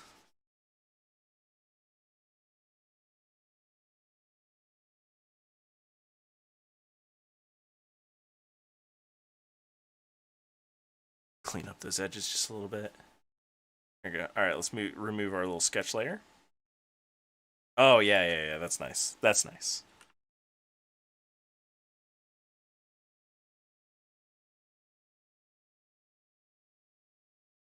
Yeah, I'm so sorry, Soljan. I didn't mean to dredge up any dark memories. But I also have just the chorus part just etched into my brain right now. I can't get rid of it. I mean, I'm sure I could like extract it with an ice pick or something, but this kills the wobbles, and I don't want that. I'm feeling pretty all right. I got a new career ahead of me. I got this cool art that I get to do. You know, like I'm good at the mo.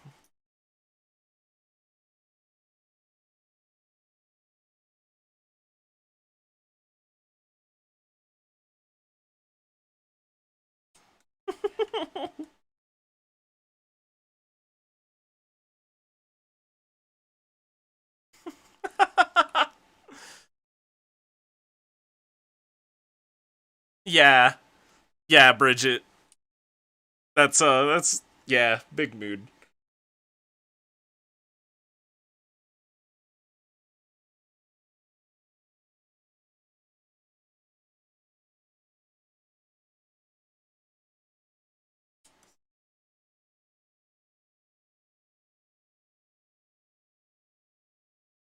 It's distressing to say the least.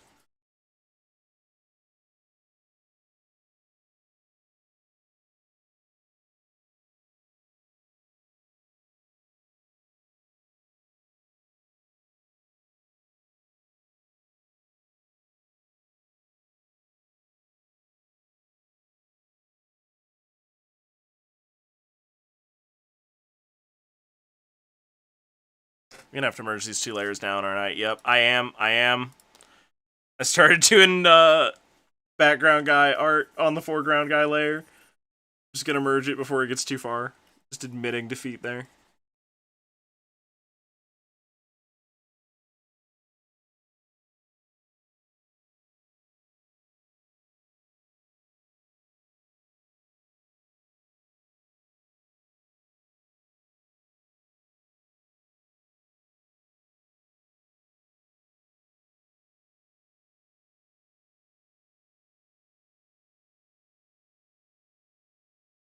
I really like this hat being cut into.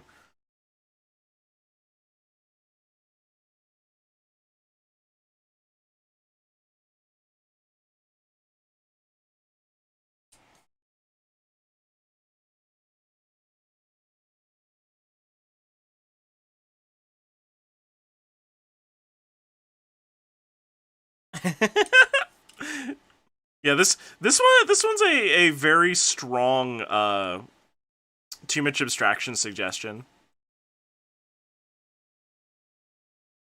Oh, wait, there we go. Just trying to figure out why that wasn't looking right.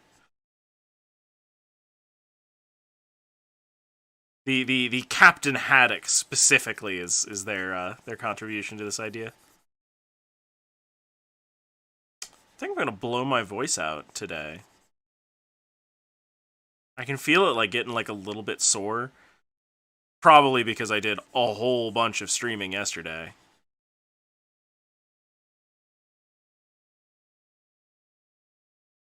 Also, if visually like you think this guy's concept is cool, you should see his boat.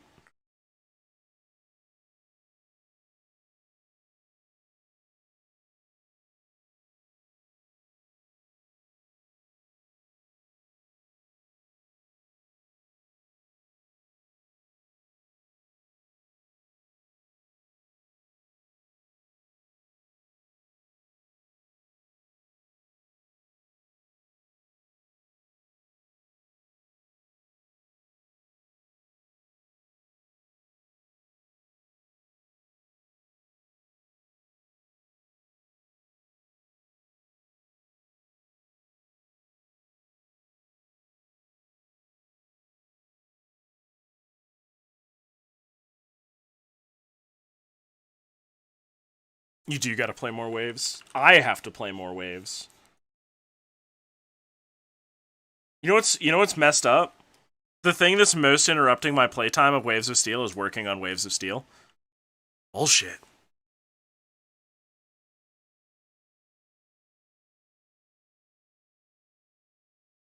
Also, I don't know if people realize how important working on Waves of Steel is to me. This is technically my first like game art credit.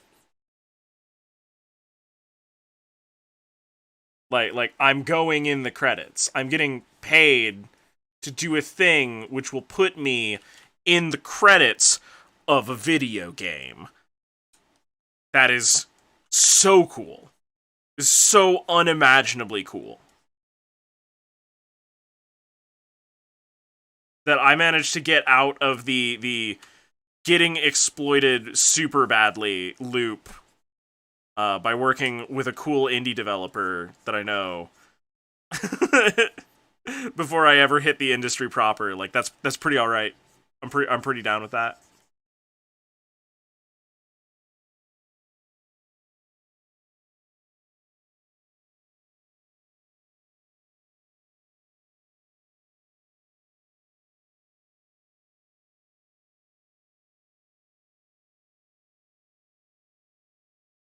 Yeah, absolutely.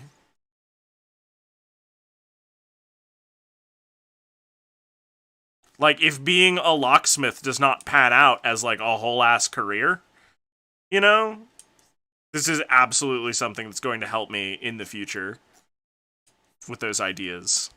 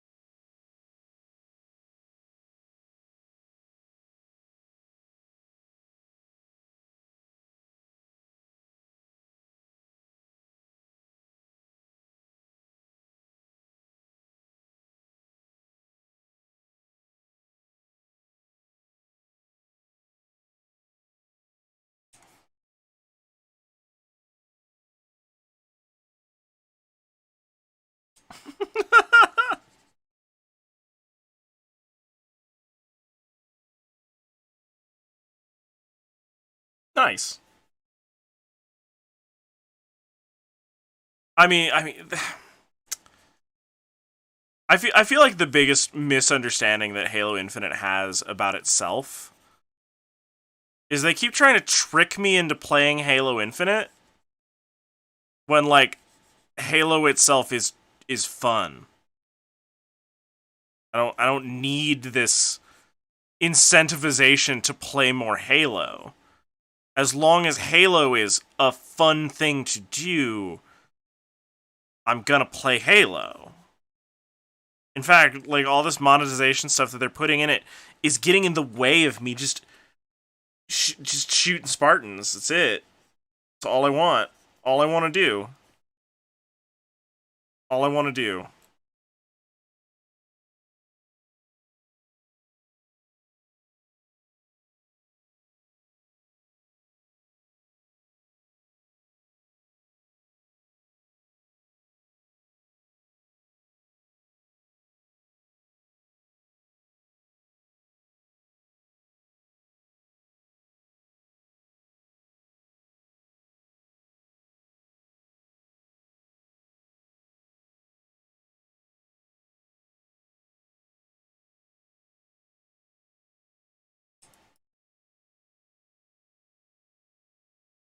Yeah. I mean, most video games, I don't want tricks. I just want to play the game. That's why it's so frustrating. Like what was the last game that did this to me? Hunt Showdown. Hunt Showdown. Pretty fun time, honestly. I liked it. But as soon as I started like looking at the blood points challenges and like doing that stuff, just the whole thing just dried up. It just wasn't fun anymore. It was really frustrating.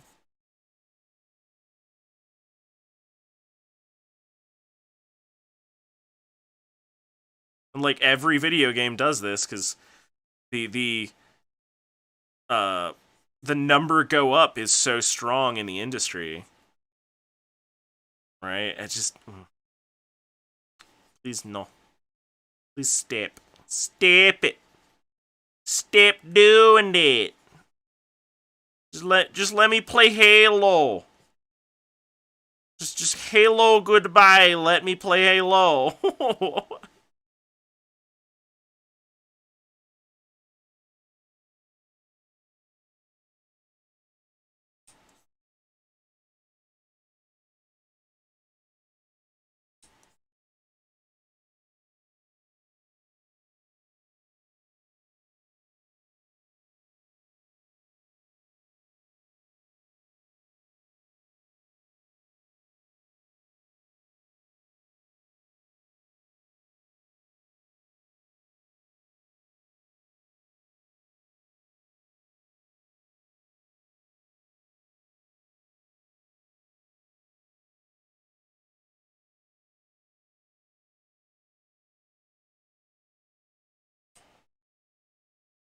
Warframe has a terrible system.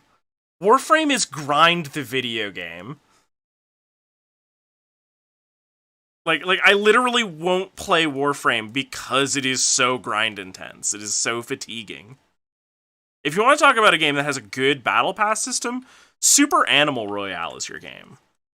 Here's the thing that makes it the best one. There's no time limit on the battle pass.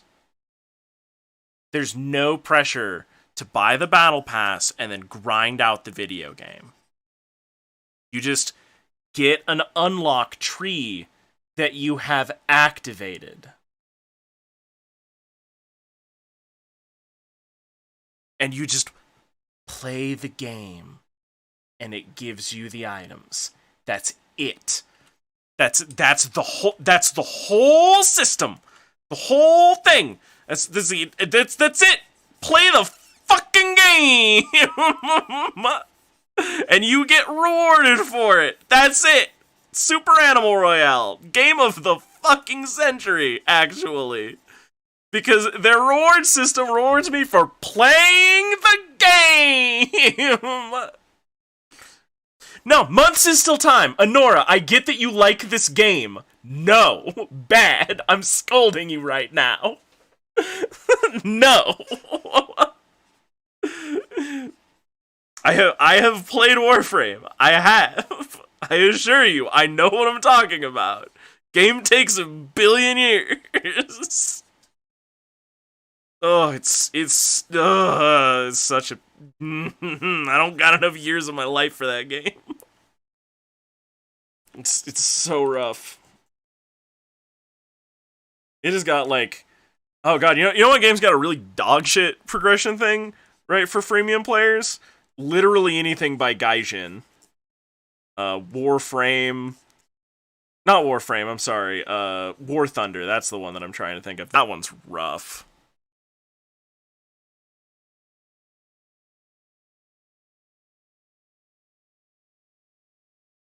I would like the gameplay of Warframe more if it was not so critically dependent upon its number go up components.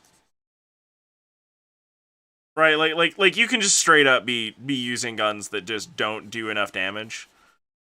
And then the way that you get the more is you go and grind, and it's more grinding. It's more grinding so that you can go and you can grind more in more differenter locations to grind, so that you can unlock the schematics to build a thing so you can grind for it. Oh my god, no, no, no, no, no, no, no, no, no, no, no. I have commissions to do, I have other games in my life to play. I have a day job. Like, just Warframe does not respect any of my time. Just at all. And it's so hard to grapple with it. Like, sure, it's free, but it has an immeasurable cost of my life hours. If I'm going to get anywhere or do anything in it other than just like kind of run around at low levels. It's just ugh.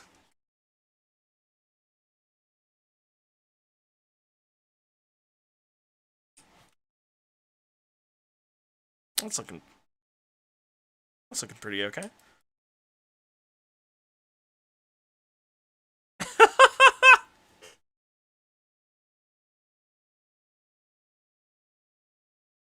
Yeah, that's really not most games. Like, itch.io is so full of games that aren't that it would make your head spin. Like, I mean, hell, you can also still play old games that were good, like Doom, where there's none of that. You just play the game. It's fine. And also, just like, if all of your friends are getting into gachapon, like, would you get into gachapon? Like, no. Come on. Don't make me be your mom here.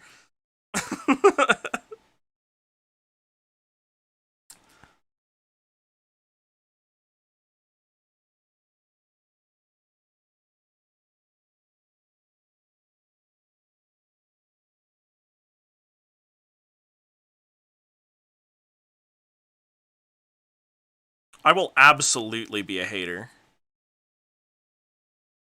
That is a title I am comfortable with when it comes to things that I'm not that I disagree with.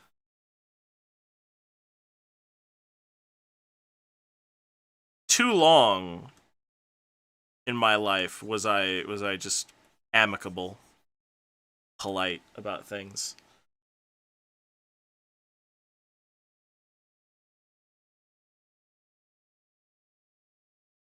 Uh-oh.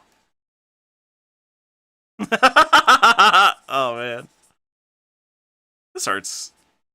This guy is very cute, and I'm about to put an arrow in his forehead. It's just about to be what's gonna happen.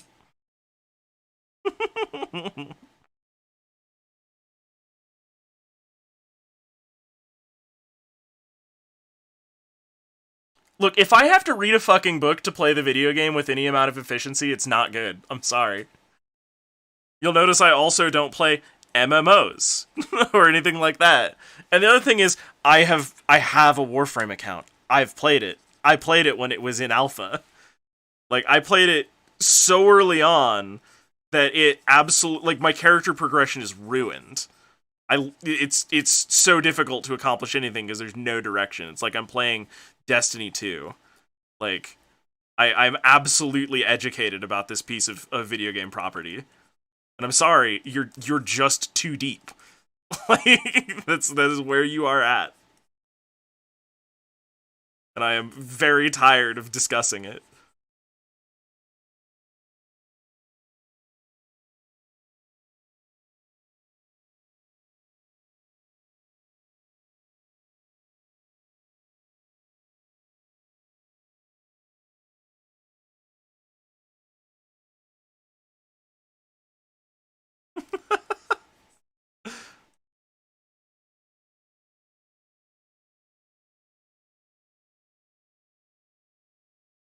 You are 100% trying to get me to play it.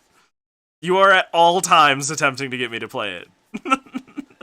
I know, because I see this at all times.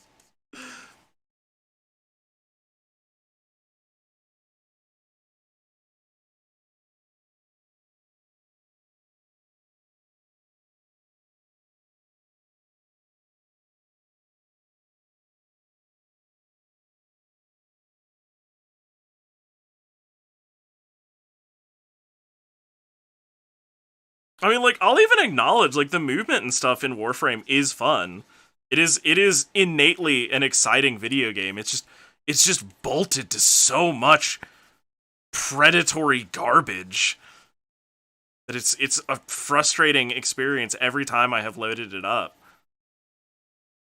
It is, if I were a donkey, it is 1,000 carrots on sticks, suspended, each one meticulously a slightly different distance away from my hungry teeth.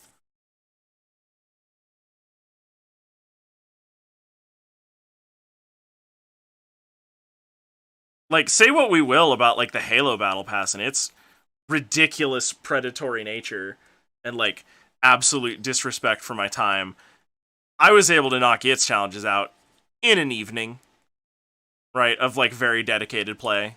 We went super late, right? Sure, that's a thing. But even if I were to do that in Warframe, you have to wait for the consumable that you just ground all the materials to get to grind itself to completion on a timer that you can of course accelerate with money, because of course they will take money from you for that. Like, it is so far from a system that I'm down with.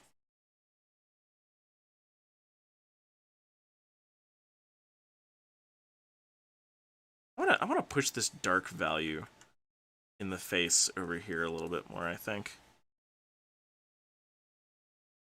No.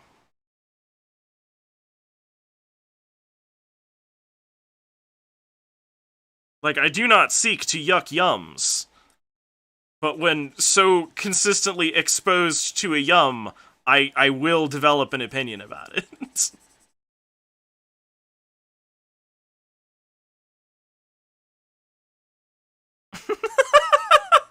Okay, that face is looking pretty good. I'm very pleased with that.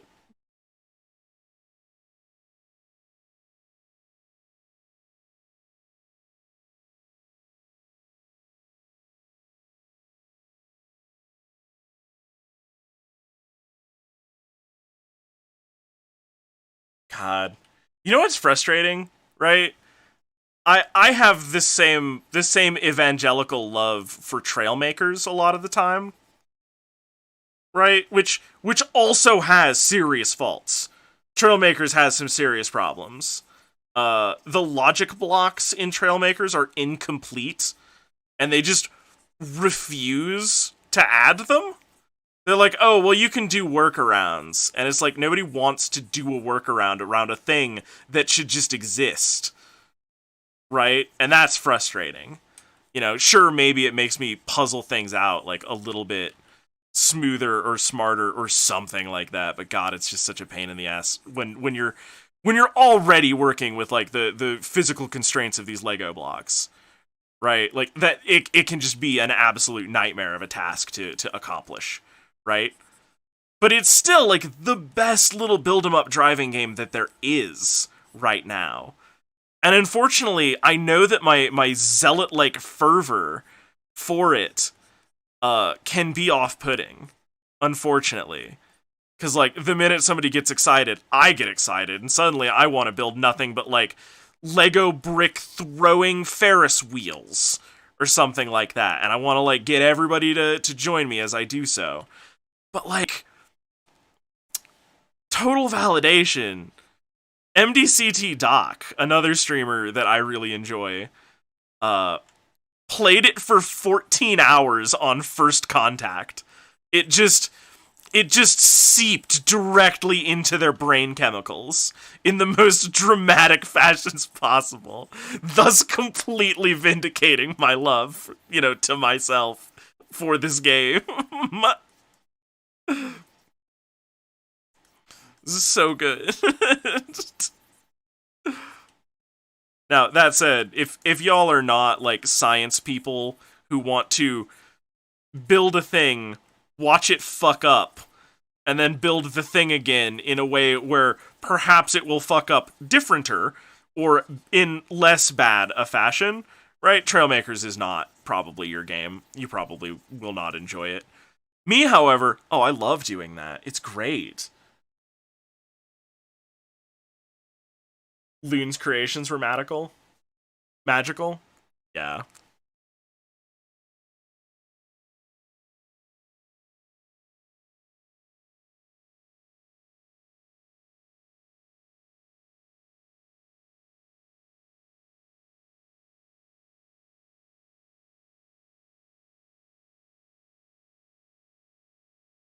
Also, over on Doc server, like there is a steady and budding community over there that I'm trying very hard not to ruin with my enthusiasm, because I will. I will absolutely ruin it. Uh, I say ruin because I am very interested in automating things with the logic blocks, and I have a vehicle. It is a VTOL carryall, single object transporter that just has aggressive amounts of vertical thrust. Just tremendous. And it can pick things up from, a standstill, from anywhere, stationary, and just like go anywhere or wherever. It is absolutely incredible. I love this damn little machine. Very strong.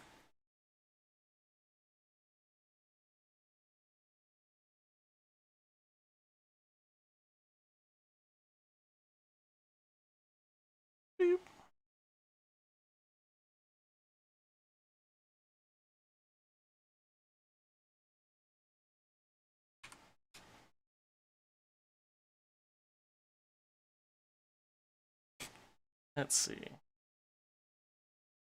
Yeah, I also made an airplane that carried like 7 orbs or whatever.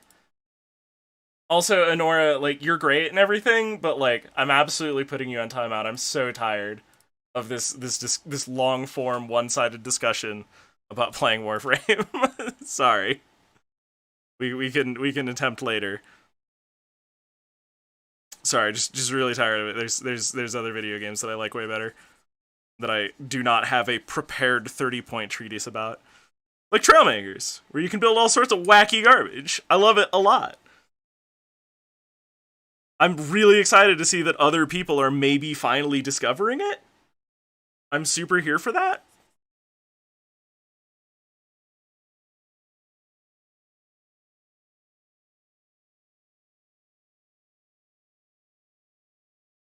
There we go. That looks like gold a little bit.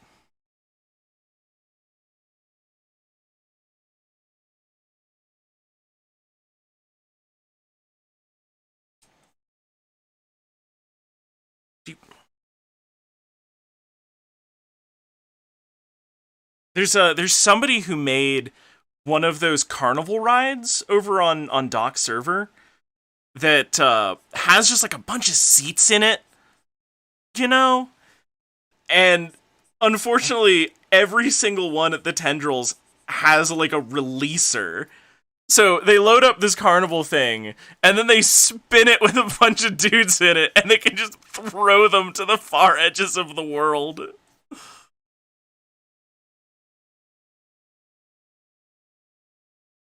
It is incredible. Like the closest I ever got to making anything that simultaneously frivolous and brilliant was the time that I made a washing machine where you can climb in the front of it and ride it, and it'll just spin.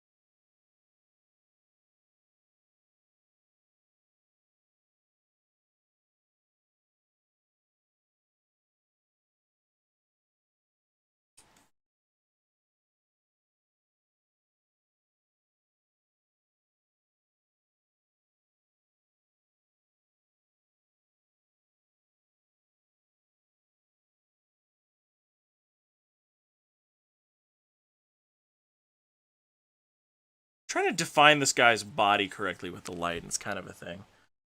Yeah, oh man, the centipede car. The Centipede car is interesting, if only I mean, it's really cool. I really enjoy that it works half as well as it does. But God, I can't wait until Doc finds logic blocks, and I want to see if there's a way that we can put like a computational delay on each of the body parts somehow, maybe.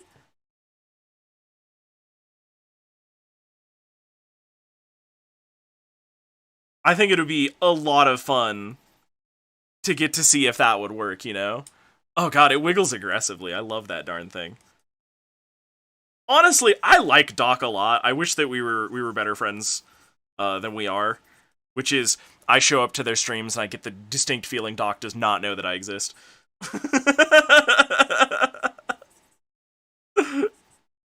But at the same time, like, they're doing streams, like, I get it. We have not had any time to bond or do anything cool like that. I have not secured an opportunity to, like, do a co-stream or something. But I have some Trailmakers ideas that I want to put in front of him and see if maybe we can get some common ground going. That would be a lot of fun. Because, like, have I mentioned to y'all the Arbitrary Rules Racing League that I want to do? But it requires a bunch of people to make it work. And it unfortunately requires a bunch of people that are reasonably experienced at the game. So I can't just dump it on them right away. But the idea is, you do... So it's a racing league where y'all show up together and you have to come up with a rule. The rule might be something as benign, you know, as no pipes. Can't use pipes in your design. Gotta use blocks, right? It might be something so insidious as no hinges. All of your steering needs to be done without hinges. You know, maybe no logic blocks, even. You know? Maybe you have to have one pair of skis that touch the ground on your car. Something like that. And then everybody has to build a car to the combined arbitrary specifications of, like, 4 players. Right? So you would have to have, like, all sorts of just, like, weird designs. And then there's one multiplayer map that has built-in racing tracks. With, like, leaderboards and timers and everything. Like it's got checkpoints. It has checkpoints, for God's sake. It's incredible. And then we would have to race, of course, with these arbitrarily designed cars. And, ooh, I want to make that happen. It would be a lot of fun, I think. Maybe I am the only person deep enough that I want to wacky races my wacky races with, like, an extra layer of meta wacky racing.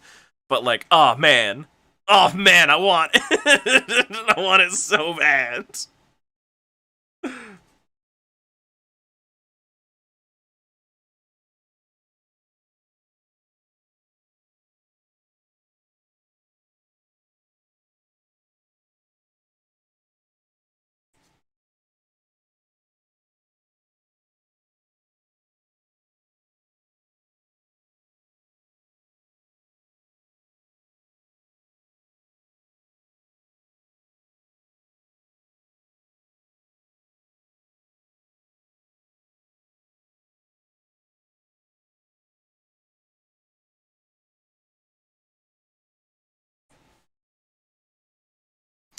Oh, it would be. The trick to it, though, right? The thing that makes it a weird ask or like a strange suggestion, right, is that it does require workaround knowledge, and because the racing is multiplayer, it would require time, right? People would have to work fast under weird guidelines, which around here, that's like my whole brand. It's what I do. Right? But I have to acknowledge that what I do is not what everybody does. Right? Like, some people play video games to relax and maybe have, like, a thoughtful experience. Meanwhile, I am just holding the gas pedal down, screaming at all times. You know, just try... Like, come on, this car only drives at 200 kilometers per hour. There's got to be a way to give it enough downforce to make it controllable. Like, come on, come on, come on. It's got to be possible. And owning the parts means playing enough, probably. Yeah, there's just a sandbox mode for sure.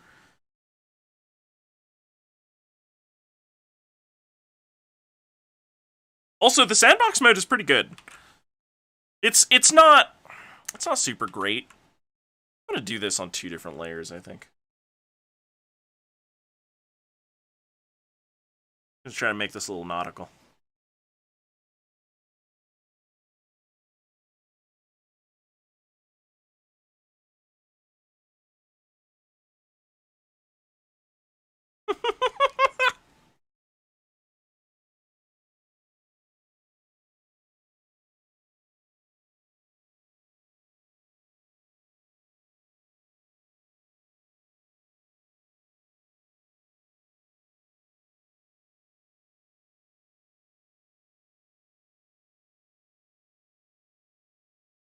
Keeping this one funny is a little bit difficult.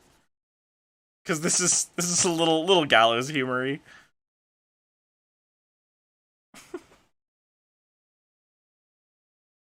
I think I've managed it with like the little face there. Was Lego Worlds bad? Paywalled you? Whoa, hang on. There's microtransactions in Lego Worlds? Hold up. Hold up. I didn't know that. Really?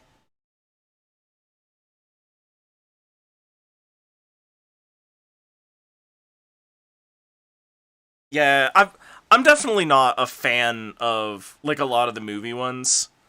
The Lego, like Lego Star Wars or whatever. Like I'm definitely not a guy who's really there for that.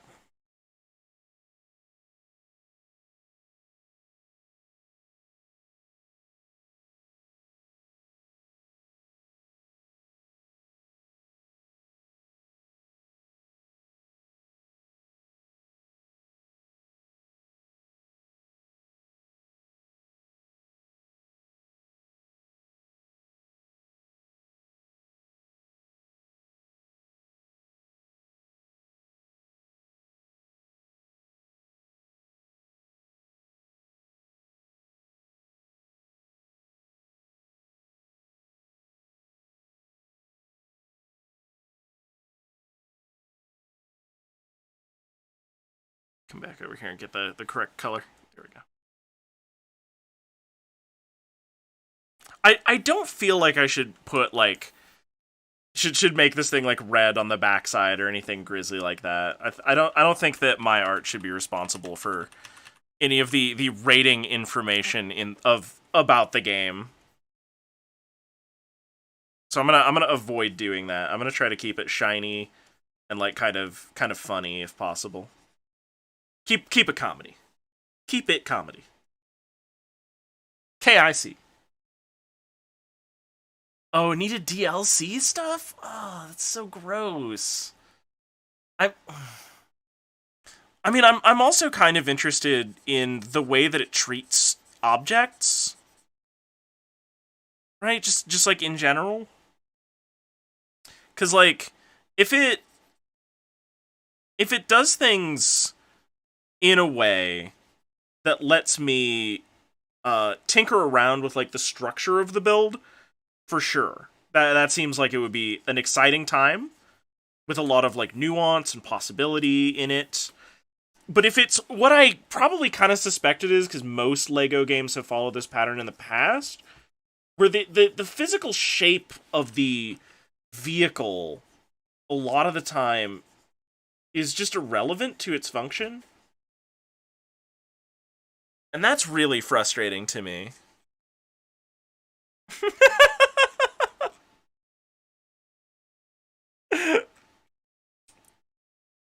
We're gonna put a little shine on this. We're gonna grab the P button.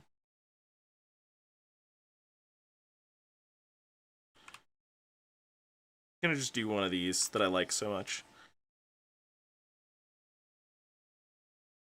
I learned this from one of the gang when we were doing Uh, the original Drawing Circus. This like little swing effect. I forget which one of like the Pepper Crew taught me this, but like, oh man, it's so good. It's so strong.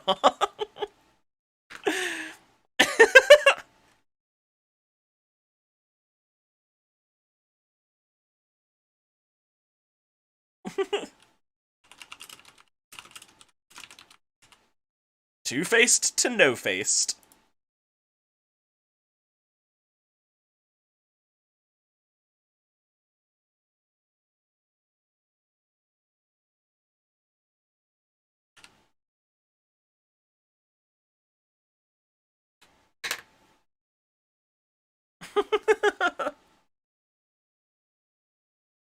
Oh, oh.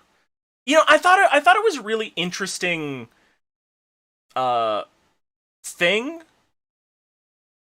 I mean, we're saying that though as gamers though. Like as kids though, I mean tell me you played Digimon.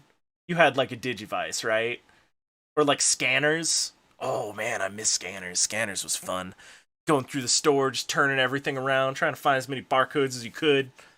Like, that was the stuff. You know, like that kind of interactivity doesn't exist anymore. I've tried. Like I can't find phone apps that do this stuff. Yeah. Yeah, like having the physical Lego DLC where like maybe if it came with a kit or something, if I got like one of the sufficiently large ones, like that'd be cool. Or even you know what? You know what? Hang on. If Lego sweetened the deal on like some of the expensive but small sets with like in-game DLC, that would be neato. I would like that. That would be cool. But like I doubt that that's like the way that it was going.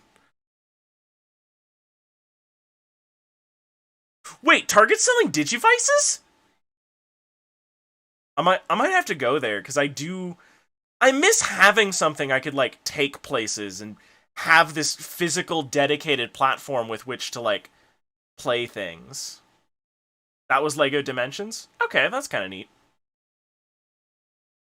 Like I guess the core of this is that I like the idea of mixing physical toys with digital toys. It feels like a very 90s idea that is only possible now. Yeah, yeah, I mean they were always like Tamagotchi. Which frankly I've also kind of been looking for a Tamagotchi as well. But like the last time I checked, the only thing that they had was like a phone app. You know what I want to see come back? I want Metabots. I want Metabots back. Give me Metabots, please. God, Metabots were so cool. It was not cool. It was in fact lame. Author's note. But oh man, it was so good. It was so good back in the day. Metabots was my gotta catch 'em all. Like the thing about Metabots is that occasionally they would just like get allude to something really dark, right? Like the lack of bodily autonomy for these little Metabot robot guys. Like oh god, messed up. Um, I've got one more icon to do. We're gonna do one more icon. Ram a tripod.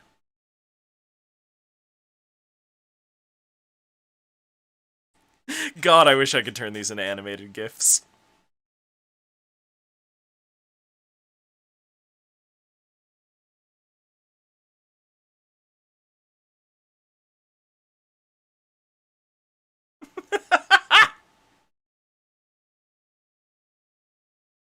These tripods are really cute. I like them a lot.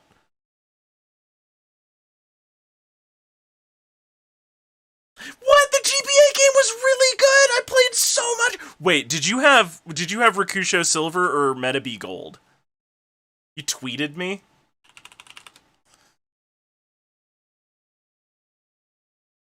Ah, yes. Flowers.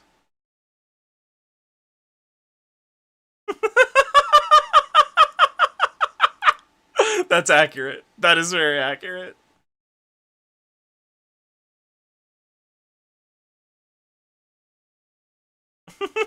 Nice.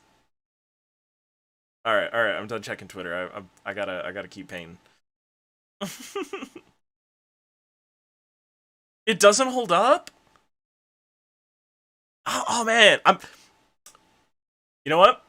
Maybe that's the next retro stream that we do. Next time I get some downtime, if somebody finds me a GBA cart, for Metabots. Oh no, see, I played it all the time because it was the game with the shortest game loop. Also, like just kind of understanding the stats and things is also kind of a big deal. You know, like the you know the way it works. Sorry, I'm a monster. Oh, I gotta try it. I gotta get in there. I gotta get back to it.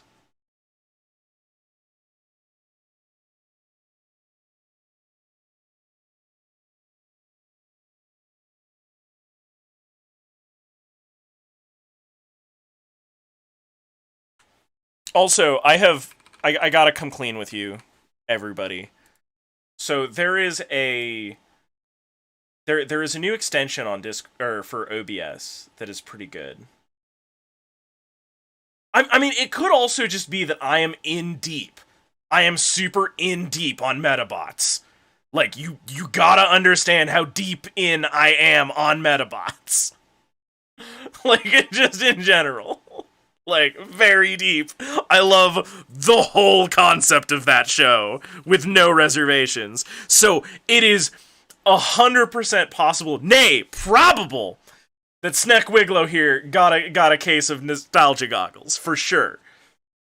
No. This is valid. This is super valid, and I have to own it. Right? Like not owning it is how you unironically become a fan of Sonic the Hedgehog. Okay, like this has to be a thing. I have to say this out loud. I have to acknowledge it. Capital H.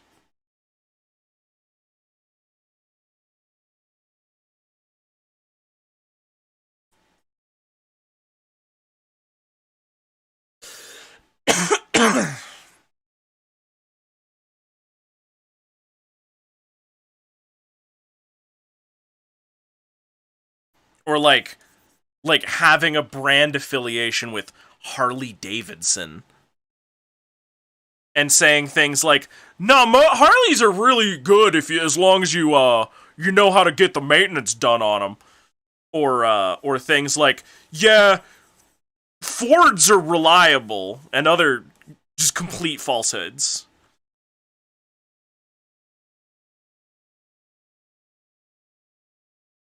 Yeah, you got to be careful. You got to be careful with these things. You got to examine your personal biases.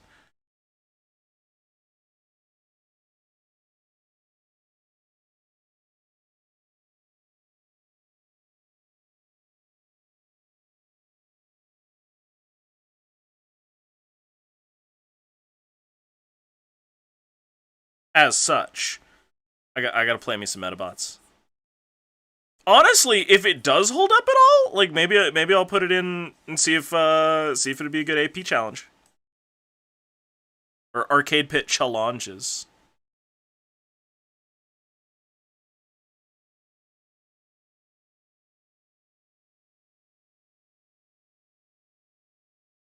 Oh, also, the thing I was coming clean with you about was not that I am a fan of Metabots. It's that because I can now capture specifically one or two audio sources, including like, you know, my microphone or maybe just some music or whatever in the background. Although I don't think that's going at the moment. AP challenge. Uh, I've been listening to Author Blues this whole time while they've been playing La Mulana Rando. Also, they're gonna be playing Quest 64, so that will be where we will eventually raid to, assuming that they are up and still playing by the time that we get to that point.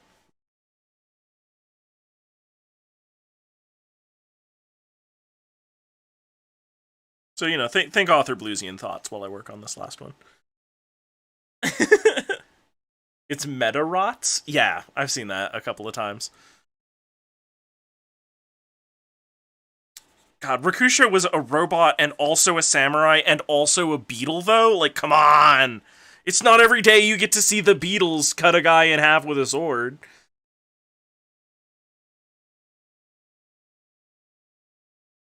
Oh.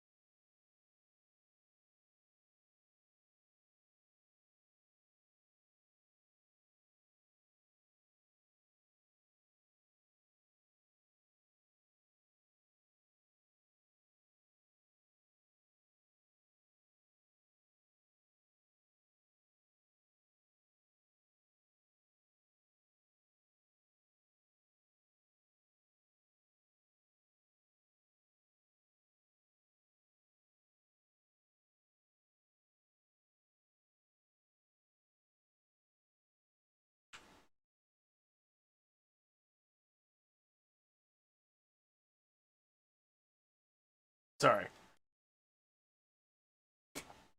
Author Blues is, just said that they're not interested in, like, having their webcam on today. Which, like, hey, as a VTuber, can relate. I get it. So I was just in the immediate moment of just like leaping to adding red and just be like, hey, we should fix this up. We should fix this dude up. Set this dude up. Get him on this side of the fence. Virtual blues.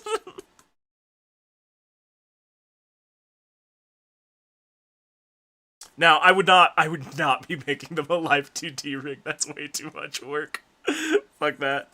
No, what I would end up doing for them is setting up like a Vito tube setup, or like one of the animated like guest avatars I have.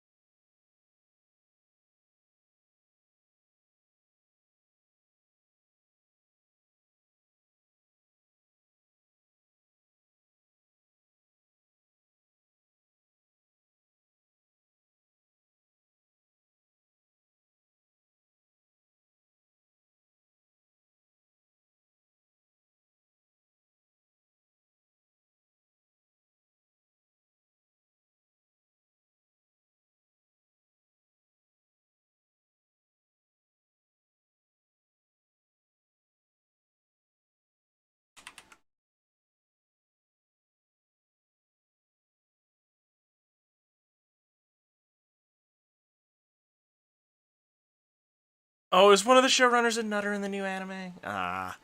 Honestly, I haven't.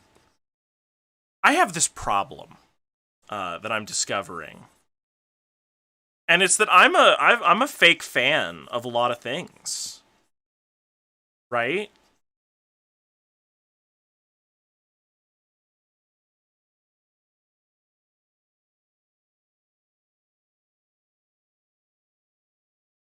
Like, and I say fake fan, you know, as there's anything like a true fan, but like I grew up in like a super rural community. I did not have the opportunity to embrace a lot of things nearly as hard as most people that like I hang out with today. You know, like a lot of the time I'm just like I'm sitting around, I'm just baffled. I'm absolutely just puzzled out of my gourd on why anybody thinks like X thing is good or cool or interesting or just anything. I'm like, why do you care about this at all? And it always stems back to some sort of like ancient, forgotten, deep lore thing. Like off in the middle of nowhere. And it's quite an event every time that I have to like grapple with it. And like, in a lot of ways, like it's just part of growing up the way that I did in the middle of just friggin' nowhere. But I was still really into like a lot of the ideas of this pop culture stuff. It's it's why whenever Zero Gravion and I have like a public discussion about Gundam, it's mostly just Gravy teaching me things about Gundam a lot of the time. Because my fandom for Gundam is new. It's recent. I liked Gundam Wing because wow, what a cool robot. And also I could only see it when my family took one of our rare vacations to the Oregon coast.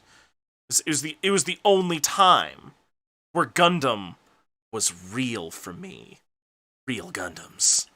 These are their stories. CSI Miami Dunk Dunk. Or CSI noise. Right? So I'm struggling a little bit with understanding some of the subcultures that have like emerged surrounding a lot of things. I'm like, man, it's rough. It's rough. Like seeing people. It's given me a really unique position to like see what external factors motivate a person to like a thing, though. That much is at least very enlightening and interesting. It's just also a weird guy over analytical thing to do in most situations, so I try not to do it very often.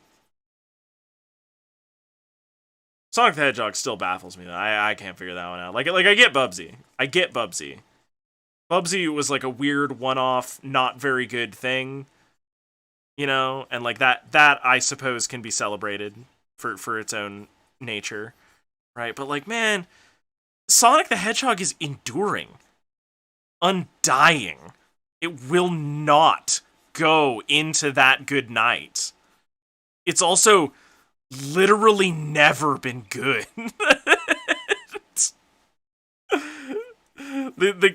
I don't know if y'all have replayed like one of the OG Sonic games recently. They're not fun. They are very much a game that is only beloved because it was the only thing people had to play for extended periods of time. Like, like it was the thing that came with their console, and so they played a lot of Sonic the Hedgehog and just Stockholm syndrome to themselves into enjoying it. Like, I am firmly convinced. Yeah, I am not a fan of the Chog. And I mean, I treat him like exclusively as like an intellectual whipping boy of sorts. Just something to wail on when I elect to be shitty about something like now. But like, man, God, no. Stop. Stop with all of it. Just let it go. Let it die, Sega. But he's and now Sonic the Hedgehog is like the poster child of engagement. It's oh god, it's so unfortunate. The whole situation involving that guy. It's like everything he does gets picked up and like shouted from the rooftops, whether it's good or bad or anything, for like no real reasons. Nothing that is concrete or approachable or understandable by humans. And yet here we are. Dominating our cultural landscape. Also, I just realized that I put the sun in the picture. I should maybe attempt to respect the light source a bit. Just a touch. I mean, in the era of SNES and Genesis, it wasn't, though. It was super not one of the better ones. Like, there are worse ones, like Bubsy Bobcat or Era the Acrobat or like whatever. But like, Alex Kidd was pretty okay. Alex Kidd's super dead. Just gone. gone forever. Toast. Toast, toast.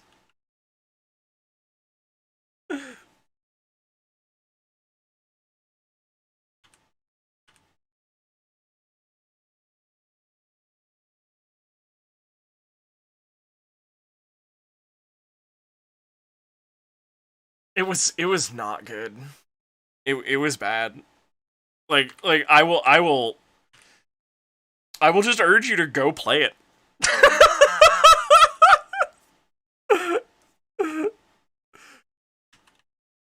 Sonic the Hedgehog is not fun or enjoyable or any of those words at all. If especially playing it blind with no preconceived notions.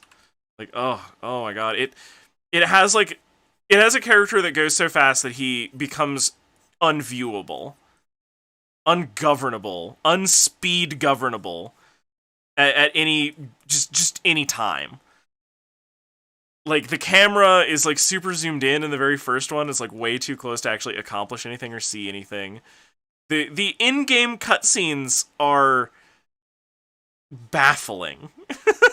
Coming back to them as an adult. Like it's oh god, like the first zone, which everybody remembers when they rented the game, right? Flows pretty smoothly and like goes some places, is all right, but like man, the whole rest of the video game is so rough.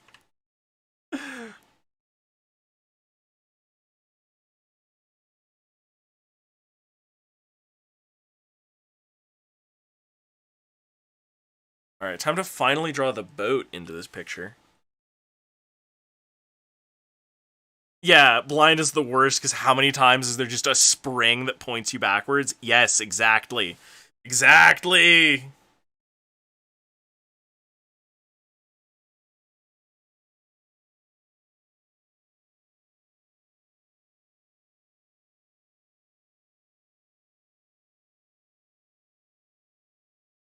It's infuriating.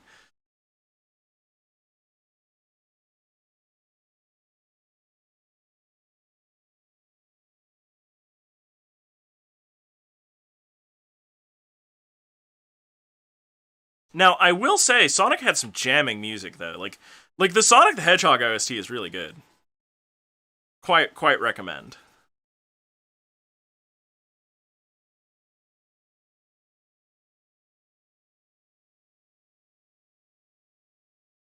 On that one. Big ups to the OST.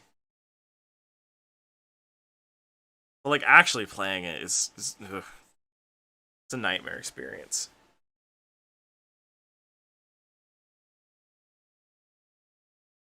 Can you believe how hard I rendered that water just to do this to it? I'm a dumb shit.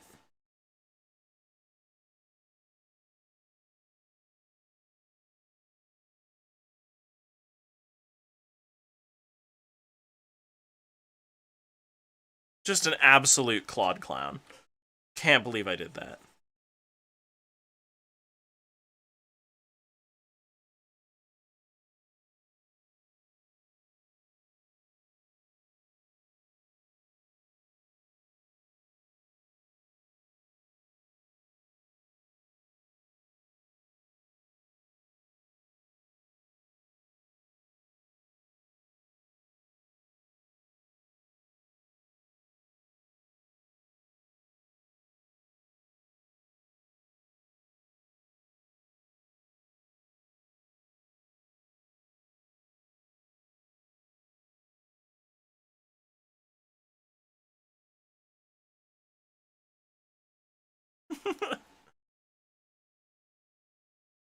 Yeah, Sonic, Alex Kidd, Arrow, Echo. Right, but that doesn't mean that it was a good game from the era. If anything, like it's just kind of an admonishment for how bad the Sega library really was.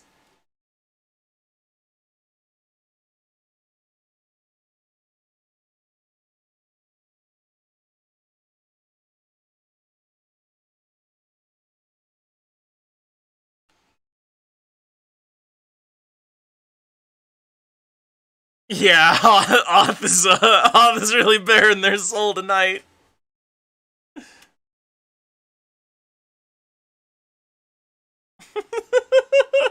I'm kind of impressed.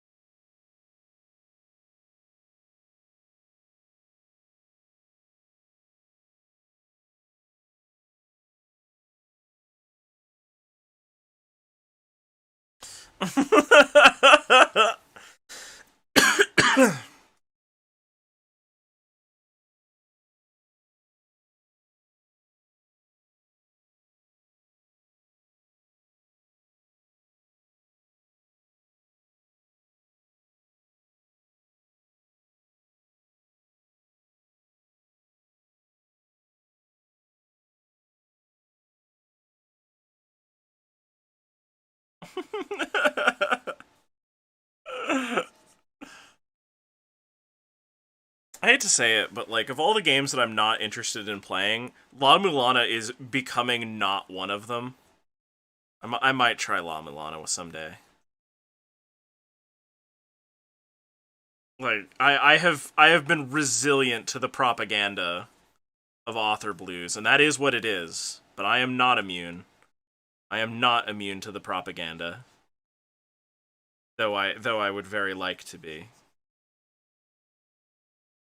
I do hear that horrifying siren's call.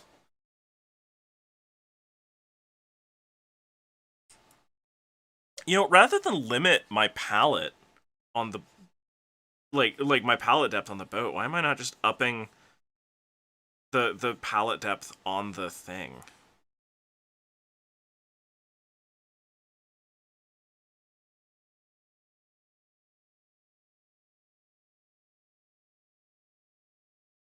I mean, I would argue that the Super Mario Brothers Super Show it was just as good.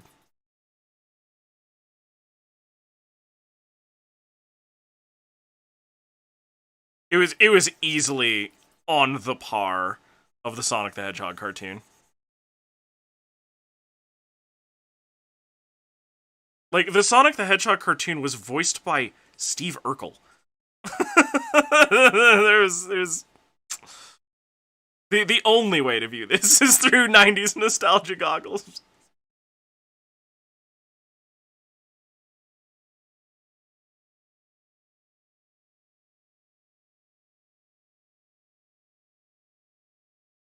This is the guy the did I do that guy. I'm like, oh man.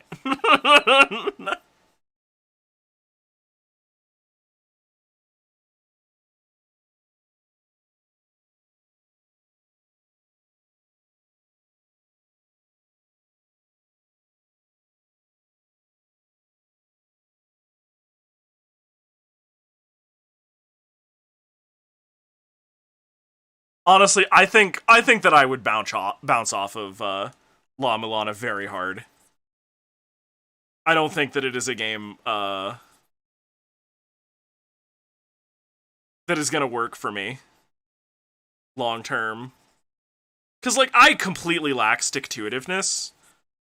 I don't like to I don't like to grind. I don't like it when my video games expect me to practice things particularly. Like Strive is different because it's a social event, right? Like I'm learning from another player. I'm getting to connect with another person. But like a single player game that wants me to repeat its actions despite the fact that I, the player, already understand what's going on. Nah. We're good. We're moving. No, none of that. I'm very tired of that. No thanks. Done way too much of that in my life.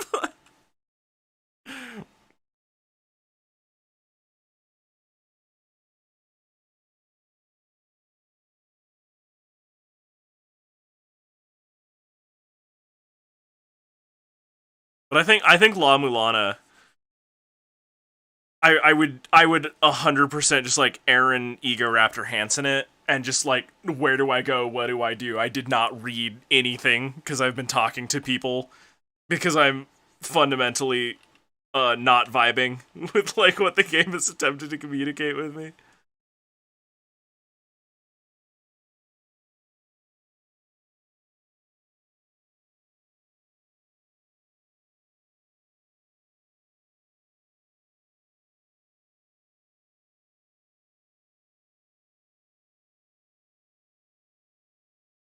You know what it is? Lana Lana seems like the kind of game that I would the kind of game that I would originally get into playing to try to impress a cute person.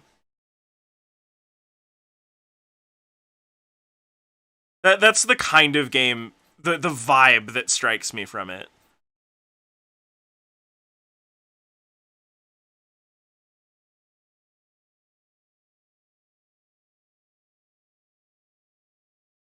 But like, I'm not really into it, but like, oh man, that cutie from Econ, they're really into it. Maybe I should check it out.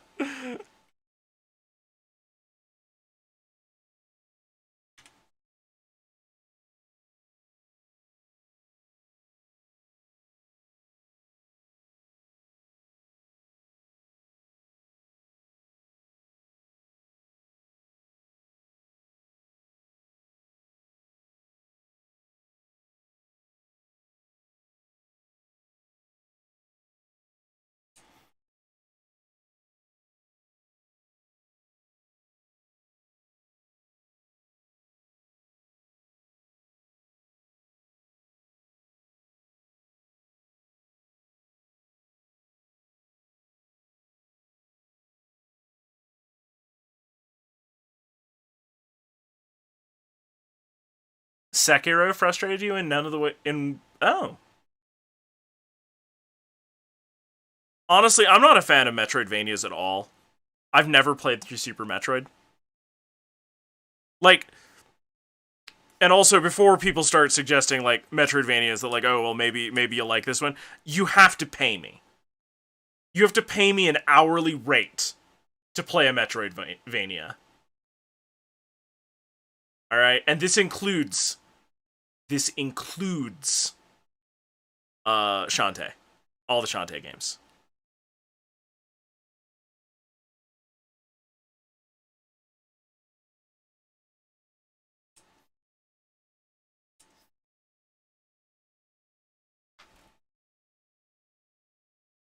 Also, I would say that Souls games are Metroidvanias.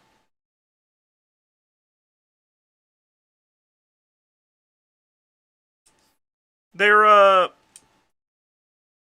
like they progress gate locations based on abilities. That seems to be like the core thing.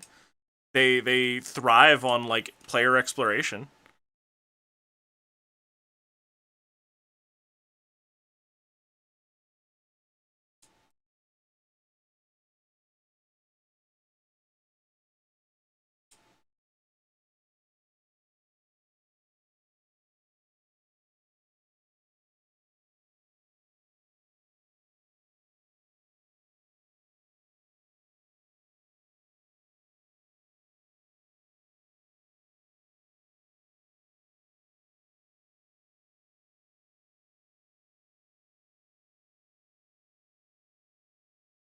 I don't like any Metroidvanias.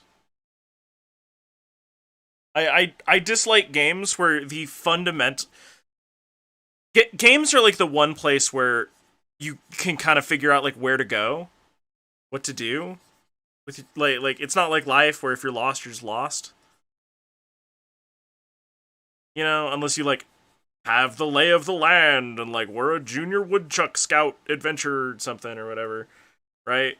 So a genre of game that explicitly is designed to waste my time not through being engaging but by being frustrating and obtuse is not a genre that I get on with. Like my preferences become entirely understandable when you I worked an 8-hour day job and I have done a 3-hour stream so far of additional work. The stream is work. Doing the art itself is work. I'm getting paid to do this. Like,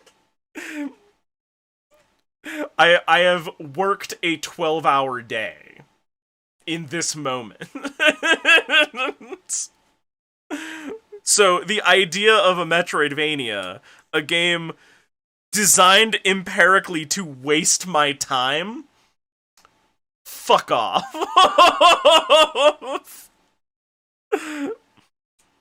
Yeah, I mean, I would be drawing author blues or Catsworths or like whatever, like I would still be drawing, but it would be like me drawing for me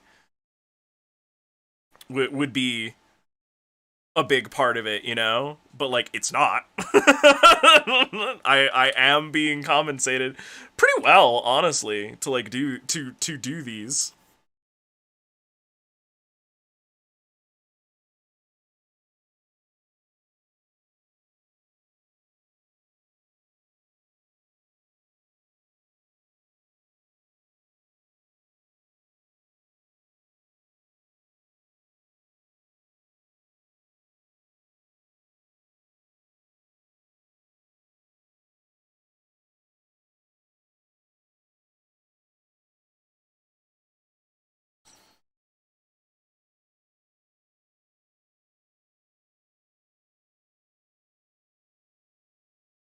But yeah, La Mulana, auth do make it sound good though.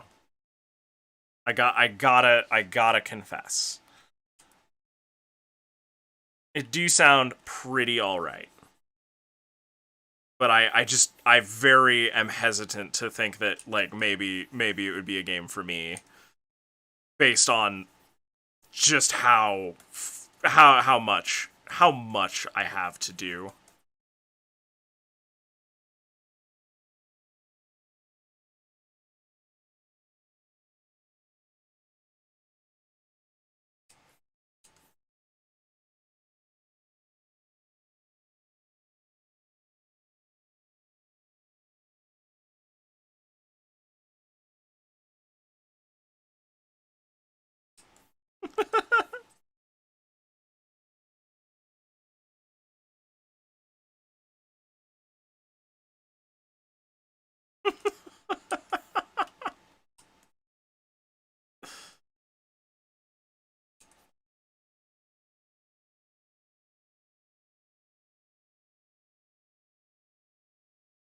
Oh, it's absolutely popping off.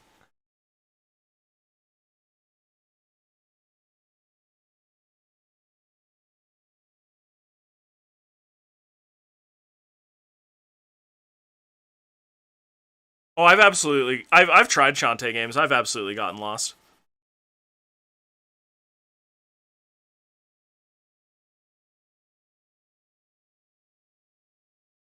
If anybody wants me to play Shantae, I will charge you a low but hourly rate.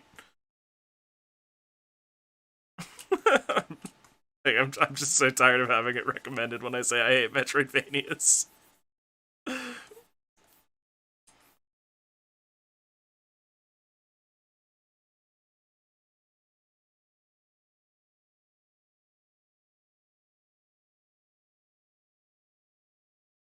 What I'm gonna do?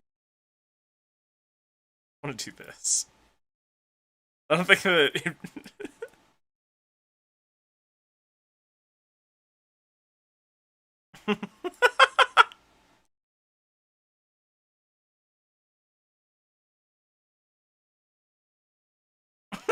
Okay, this just made it fun for me.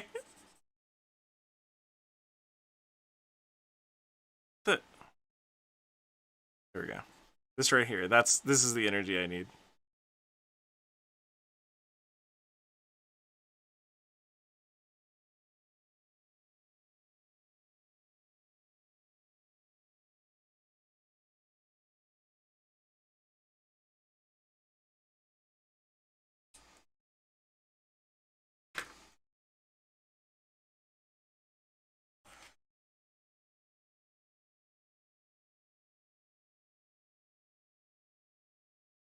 I love that Cloud Rush.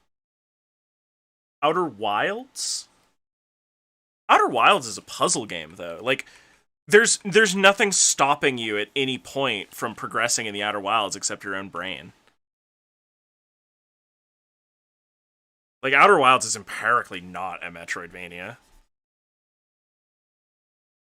At no point did I have to get the quintuple jump to solve a brain puzzle.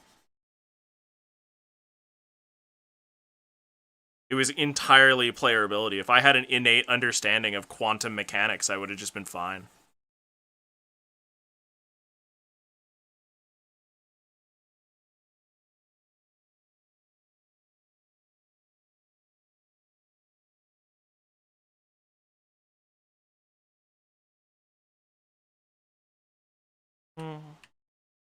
Wait, that's coming out.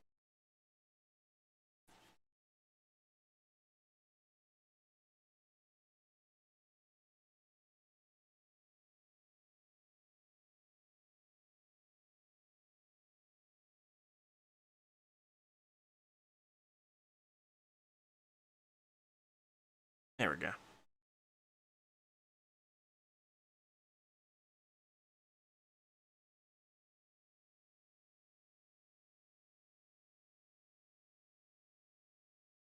Like, I take distinct umbrage between the difference in games between your number is not big enough or haha, we just haven't given you the tools to progress, and just like having to think hard.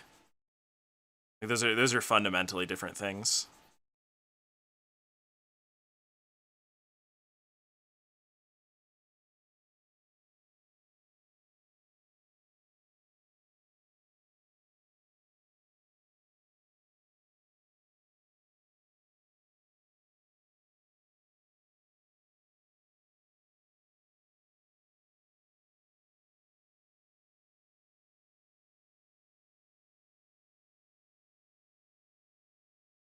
Oh, I like that.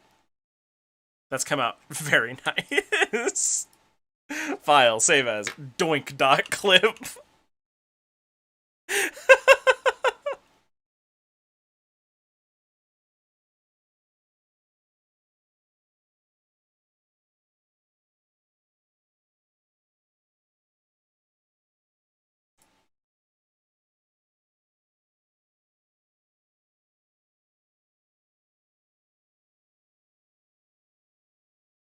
We X out his eye and crack the goggles.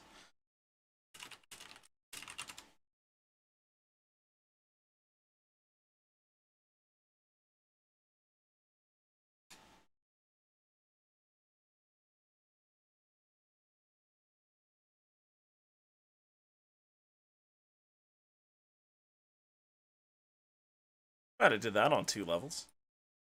3 levels even.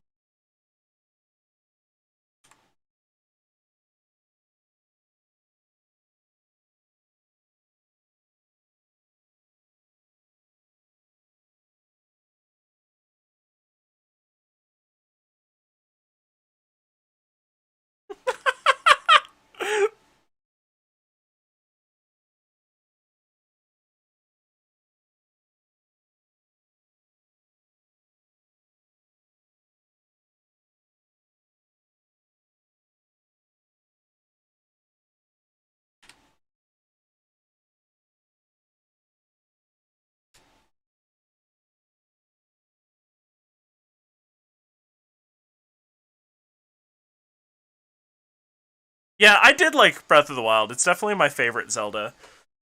Uh, the original Legend of Zelda I played and finished with my family when I was young, and they weren't part of the American Fascist Party, basically.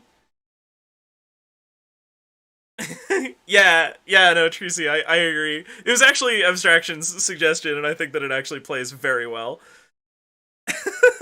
It's really good. Um, A Link to the Past, I never finished. Uh, it didn't get vetoed so much as they just had a better idea. Ocarina of Time, I never finished. Majora's Mask, I played one time and I hated it. Honestly, I did not enjoy the time loop mechanic and the having to like be in the right place at the right. Like, I understand now, like, as an adult. Remember, I was an ADHD child, right? Like, this stuff bothers me on that level too. So I like never made the time or traction for it. So I like never finished that or whatever.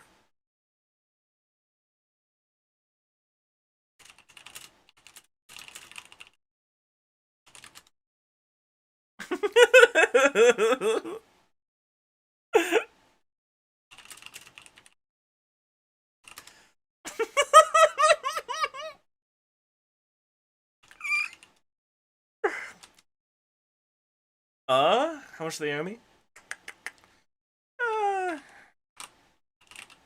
3.25 hours.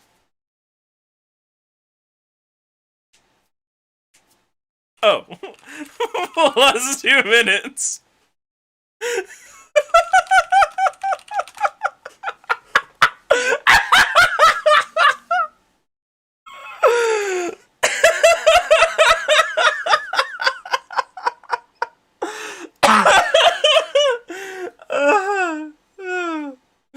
Oh, that joke is funny to literally only me. Yeah, it's like 9:30. I'm supposed to have been in bed like half an hour ago, like sleeping so that I can go to my job in the morning. So I'm going to quit working now. Thank you everybody for hanging out and talking about video games. I'm sorry that my opinion of most video games is actually I did not play them enough to form a cohesive opinion a lot of the time. Sleep on the job. I would, but I'm right next to... Honestly, like, I'm gonna have to do a few things. I have to go return my office keys to me, effectively. Like, I'm going to go work at the department that's going to take my keys from me. So, I'll get them back. Just you wait. I have to clean out a locker. I have to, like... I have to make myself not exist in this place anymore. It's kind of weird. But I'm gonna do that tomorrow after sleeping. I haven't even eaten dinner yet. I just sat down. Like I work way too much. But hey, tomorrow I am going to try to crack into this and do it again. Saturday and Sunday we will probably be doing more art because I have 2 commissions that are sitting on the table. I've got a follower notification for everybody's favorite internet cat. I start picking locks Monday. And I have a follow thing for a different guy who might play weird jerpages sometimes that were released on the console that everybody loved because it was by the company that everybody loved at the time. Yeah, that kind of thing. Anyway, we're gonna go raid Author Blues. The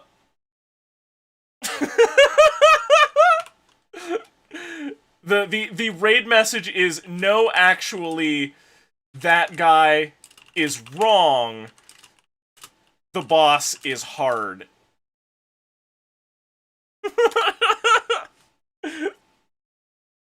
Alright, everybody.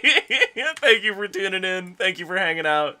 And I will continue to appreciate your company always.